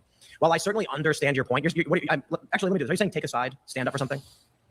More or less. I'm saying that over the last, we'll say 26 years, right? We have been, well, barring 2016. So from 2000 to 2016, we were kind of controlled by a centrist government. And I feel like that, even though Barack Obama was a progressive for his time, we view him now as pretty centrist, right? We're in a room full of progressives. I would agree, just even back then as well. Right. That opened the door for someone like Donald Trump to come in and actively erode our Constitution and the very foundation that our country is supposed to be. Well, is your argument that everyone should be against Donald Trump then? No. So then what's your gripe with moderates? Centrism and moderation in 2026 in the age of AIPAC money, in the age of Larry Ellison, Barry Weiss, all of these talking heads, all of these political entities, Peter Thiel, Mark Zuckerberg, all these, this technocracy that we are not far from, right? Why do you get to sit in the middle and argue both sides while raking in dollars from these exact entities? Well, what's your proposal? I guess I'm trying to understand. I'm mad at it. My view of what it means to be moderate is that sometimes the right is correct and sometimes the left is correct. Sure. And I think my view is I come from a interesting. I just don't think that applies right now. It's cops, it's working class Right. Joes. Why is that? That it turned red? Yeah. I think for a lot of these people, they feel that the Democratic establishment has abandoned them on a few issues. The mass migration that we saw, or the large migration. Well, wasn't there a huge, like you're saying, wasn't there a huge migration of blue to red and red to blue, right? You made that claim. You mean like California to Texas? Sure. And New York Inner to city Florida. Chicago to outer city Chicago, suburbs, things like that. Yeah, people in my neighborhood didn't really move, didn't have the money to do so. Sure. So there is a large migration. Doesn't mean every neighborhood migrated, but particularly for where I grew up, it's interesting that the politics of the neighborhood kind of tracked alongside myself. Like in 2016, I was for Bernie. The area where I grew up, it was like largely blue. I didn't vote for anybody. In 2020, I said, I guess I'm going to vote for Trump. That's the things that I don't like about him, but here's what I agree with him, what I don't like. Why did you vote for him? Well, unfortunately, I think one of the big issues is Afghanistan, and I'm not going to say Trump's done well with Iran, particularly. You know what I mean? But there was an issue of, for one, I was for Tulsi Gabbard. I donated the maximum to Tulsi and to Andrew Yang. How's Tulsi doing? Moderately well. I mean, she's not particularly in the political limelight as of right now, but I do believe she's going to try and run a spoiler candidacy against Democrats. Sure. But How's Andrew Yang doing? Andrew Yang not doing so well. I mean, he's got the Forward Party, but why do you think that? Why do I think what? Why do you think that Andrew Yang is not succeeding in today's day? Because I believe the Democratic machine, like they did to Bernie, ices out anybody who wants to actually win on a populist grassroots level. And I don't know how to vote for someone like Joe Biden, who I think is evil. so and I weird think to him say. and the administration, that Hillary Clinton have done such horrible things that I said we need. Like Andrew Yang was my principal guy. I'm a big fan of Tulsi as well, largely because she had military service and was in opposition to these foreign wars. It's just not true because even with Obama came out of nowhere. He did. I remember that. Yeah. You know what I'm saying? Like, it's just not true. Hillary Clinton was supposed to run in 2008. So it's just like, this is just not true. I hate when they say that. Like, the problem is, like, I like Bernie Sanders too, but people think that, like, because they like somebody so much, everybody's supposed to feel the exact same way. Right. And it's just not true. Like, it's just not true. But anyway. When we didn't get it for the second time, I said, I guess I'm voting for Donald Trump for a few reasons. He was the only one talking about why we need trade controls. And I agree with these trade controls, but I fully recognize that they do cause short-term economic damage. And that's bad for a lot of people. I can recognize that. Why are we in the position, or why as a country did we end up in that issue with trade? Why did that happen? There's a lot of arguments for it. If you go back to the 90s, you can look at these general free trade agreements. The belief from a lot of individuals is that when there's trade agreements between countries, you prevent war. Who passed those? These laws? Yeah. They go back to both parties since 1950. Sure. So but in the 50s, who passed them? Like, where did they align politically? Both parties. We call it the uniparty. I would say they'd probably be pretty close to the center, right? One would call them a moderate. They call them the uniparty. Okay. I don't think moderate's the right way to describe a cabal of elites who lie about their views to attract the most voters possible and steal power from the working class. Sure. Like moderate is just means. So if you believe that, what are your views? In 1950, where are you voting? Where are you casting your vote? Oh, I'm not voting for any of these people. Well, so to be fair, I think we're the products of the 1950s. We have all strange, very strange political views. But I would say right now, are you familiar with the liberal economic order? Yes. I think it was insane. And then the policies that we got from it leading up to before Trump came in was the continuance of this policy by which the United States imposes economic sanctions and military. We'll just call it their military because it could be occupational bombings on other countries unless they enter into debt with an international banking system. And they thought, you know what, this will prevent World War III. And did it? No. So how is that? Foreign sovereign nations and took away the rights of the people to vote as they wish. How is that different? Bro, there ain't no way that Tim's beanie don't smell like boiled bacon. Ain't no fucking way. Everybody is sweating. I've been staring at his beanie for the last like 3 minutes, bro. Because I know what is wrong with you. I know he don't wash him, dog. Look, the picture that we have over the video, bro, it's the same goddamn beanie. Ain't no fucking way that he washes them shits. Them shits probably smell like moose knuckles and earring backs, man. Ooh. Like the central bank entity, right? How is that different than most of the individuals on the right taking money from APEC? That's not a good thing. I don't agree with that. Then why do you actively support that? Why do you actively support a president who's made billions of dollars since he's taken office? Why do you support that? As somebody who loved Bernie. The simple answer is the things that I align with, clearly you don't align with, and that puts me in a Trump position as opposed to a Democrat position. Sure. You have a lot of politicians on the Democrat side who got behind authoritarian practices during COVID. I'm not going to support those individuals. So, but the authoritarian practices today, you're willing to look past. Some of them, yes. Come on, man. Come on. Like, wait. What? What did he said? What? Some of the. We have to go back.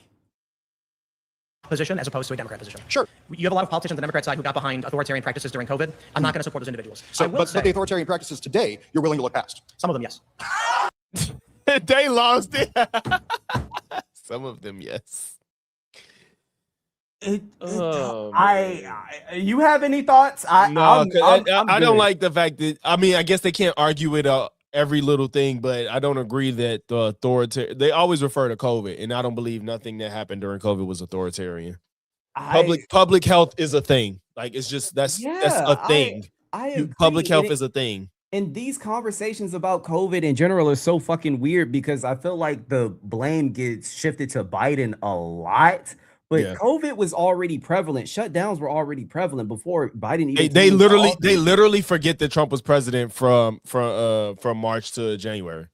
God, they just forget that shit. They just act like that didn't happen. Like Trump the shit didn't shut down in 2020 when he was still president. They just act like that didn't happen. Fucking wild, man. Come on, man. Come on. Like, do you want me to lie to you and equivocate and pretend no, that I think politicians are all I don't want you to lie to people? me, and I'm so thankful that you're being honest. And I'm glad these cameras can see that, and I hope your fan base can. And I'd say this every single night on my show. It is silly that you get people who come on here and try to defend the indefensible. Like, sometimes you're a conservative and you're wrong. Sometimes you're a Democrat and you're wrong. Sure. It's silly to come here and be like, no matter what the argument is, I have to tribalistically defend something that's stupid.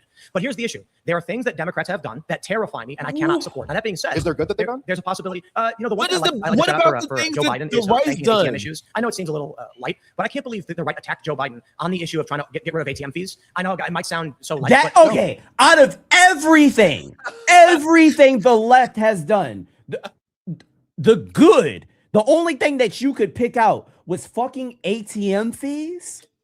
This nigga is You are not a moderate. There's no way you're a fucking moderate. My God. There's no way. I am on, I'm firing off on this nigga's ass if he ever calls himself a moderate ever again. You are a fucking conservative. Well, he's not. That's why they changed the title. Yeah, fuck out of here. You are not a moderate. You are a conservative as fuck. You got to start from the bottom. It sounds like a very safe Republican moderate belief. And that's and dude, you are entitled to have those beliefs. Yeah. And like, we live in this country. We are allowed to disagree. This constitution that you allege is fully eroded, we still have the ability to do this, and that fucking rules. But I will say, we've all seen what's been going on in our country this summer. We've been holding the World Cup here. We've been seeing people come here and see this country for what it truly is, and they fucking love it. They love it, right? It's great. What do they love about it? Well, I love when they went to Chicago and got the deep dish pizza. Right. I love the people who said Where'd that deep dish pizza come from? Giordano's? Yeah. Okay, that's that last name. That Oh doesn't sound my like God. American. That's how you know this motherfucker is a square, because you talk about deep dish pizza and he says Giordano's, fucking square. Wait, you talking about Tim or the buddy? Tim. That, I mean, because it's not the best pizza, but it's the name. It's not the best pizza. It's just the name that's attached to deep dish in Chicago. That's why. I get it, but Giordano's, Actually, it's like it's a chain. So I wouldn't go to Chicago and go to. I have been to Giordano's in Chicago because it was like right there. But I'm just saying that's not a name that I would throw out to get deep dish because it's like a chain. No, yeah, we don't give a fuck about Giordano's for real, but it is the name that's attached to Chicago deep dish. So Tim, I hope that ain't really Tim shit. I hope that ain't his go-to, but probably is. Where'd that pizza come from? It came from America. Immigrants. It didn't. No, it didn't. Chicago style deep dish came from Chicago. But it's let's say the descendants of immigrants, if you want to get technical. Yeah. So what I'm saying is these because American style pizza was uniquely American and distinct from Italian style pizza. Totally, Do I you know where completely chicken agree. tikka masala But comes it's still from? pizza. Do you know where chicken tikka masala It's a comes British from? inclination. I It's get Scotland. it. Like I fully Yeah. get it, man. We agree. It's amazing. You are talking to a 365-pound man with a knife tattoo. You think I don't know where tikka masala is from, dog? We love it. We agree. I mean, I don't love that it's their national dish. Bro, I'm part Korean.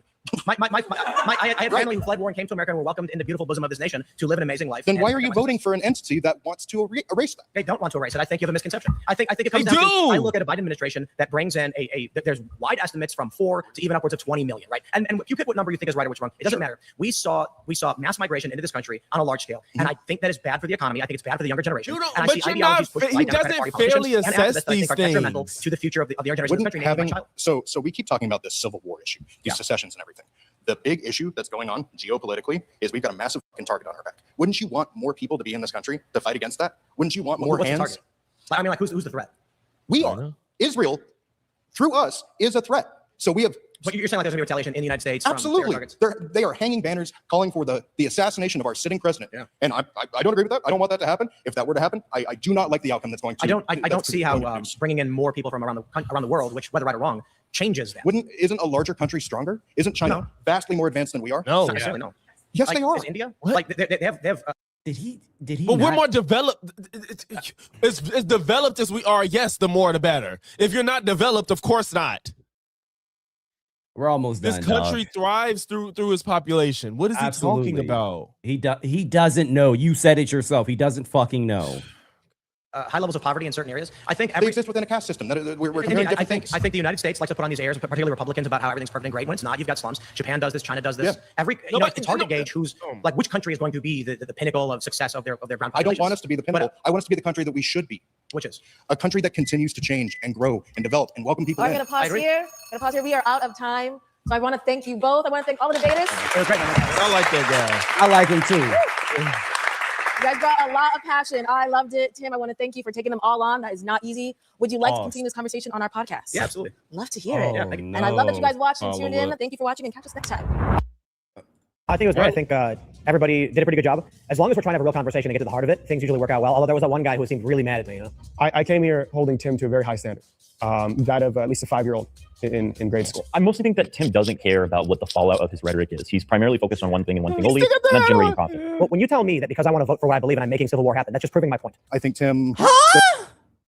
When you tell me when I vote for what I believe, that's not what the conversation was. It ain't about what you voted for. They're literally talking about you saying it all the time. It was your prompt. And you say it all the time, bro. Exactly. On his own 2 feet about his beliefs. He did not lie about his prospective beliefs, but I do believe that his beliefs are inherently cowardly. People, they get their view of me from clips presented by progressives who, they accuse me of grifting. I would counter with if they watched my show even one time. 56 minutes long. Hey, man. Nice. Yeah, I'm going to have to watch that. Offline. Yeah, most definitely. But shit, that was rough. That was rough. At least when we do Pearl, it's gonna be enjoyable. Pearl, that's gonna be comedy. Comedy, bro. That's gonna be comedy. Because man, look, you got Jasmine Jafar, Sezi. Who else? So who else was there? Damn, I didn't see you say Jasmine. Ooh. Jasmine Jafar is there. She already don't like Pearl. It was one more person. Whatever. It's Pearl. And then y'all, from what I heard, Pearl ain't got better. She ain't got better. Kyla says she has a debating coach, but I heard she got a debate coach, and apparently it ain't. Who knows if she gonna be prepared for Kyla debate? But she just did a 1v. I don't know where she's getting this confidence from. 1v10. Don't know. I cannot fucking wait. God. Oh man. I appreciate you, dog. This was fun, man. I hope we got like a few clips out of this at least. I'll have to look at the bot, but this was rough. It was, man. Absolutely rough. But yeah, so we definitely gonna cover Pearl debate. I think that's the only thing we know that's coming up that we want to I thought cover. there was another one. We wanted to do Kyla and Pearl. Oh yeah, true, but it got pushed back. Yeah. Yeah. I don't even know if it got pushed back. I think I got the date mixed up with Rachel. Nah, she told me it got pushed back because people weren't buying tickets. Oh, really? Yeah. You know what? I think I heard that because I was like, it was during the interview. Yeah. I think I was like doing something when you said it. Yeah. Damn. Yeah. Damn.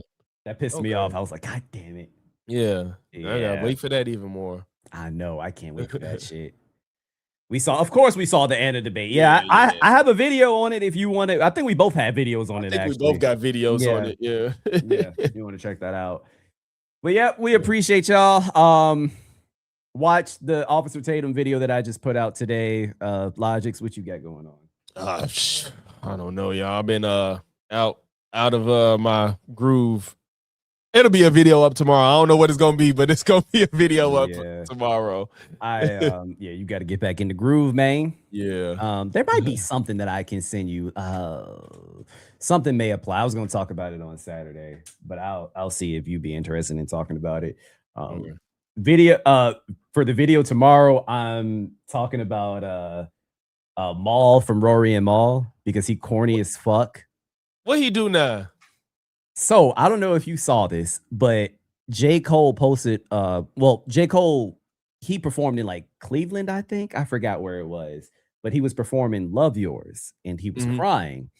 And I mean, rightfully so, a lot of people were confused because they were like, damn, J. Cole performed that song all the time. Like, I wonder why he's crying now. Maul went on his podcast with Rory and he said, man, that was mad performative. J. Cole, he good. Like he good. Like that man really cried on stage, like basically saying that he did this like for the performance. Like it was not genuine. He said that he did this to get people back on his side from the Drake beef. Oh my God, bro. I cannot. Please fry him up. I cannot. I am Oh my God. A mud hole in this dude, man. Bro. And when you hear Logics, when you hear the reason as to why J. Cole was crying, you are really going to think he's a piece of shit. Maul. See now if you know the don't tell me. But if there's a reason that's good, and I feel like Maul should have took the time to figure that out before he spoke. But then I'm starting to wonder if Maul is leaning into the role of being like the Drake stan. Like, is he like? I wonder if he's leaning into it for the views and the attention. Because that's a good question, but I don't know. It doesn't seem. I don't know. I just think he's always been a dick rider. He's always like he does tricks on it. So fucking corny, bro. So fucking corny to get people on his. Why does he think everything about Drake? Oh my God. Why him and Ack ain't top off Drake together yet? Like why they just no idea. I'm surprised that ain't happened yet because their ass is crazy. I have no idea, but the whole notion of Cole needs people back on his side is crazy when this man has sold out shows. And nobody's thinking about him in regards to that beef anymore. No. Nobody really think about the beef anymore. It's like besides him. Like that's so pathetic. That's weird as fuck, bro. So that's the video that's coming out tomorrow. That should be good. I'm gonna put that bitch out early. Yeah, I'm find something to make a video on. Yeah. But all right. We appreciate y'all. All right. Peace, y'all. Appreciate it. Peace.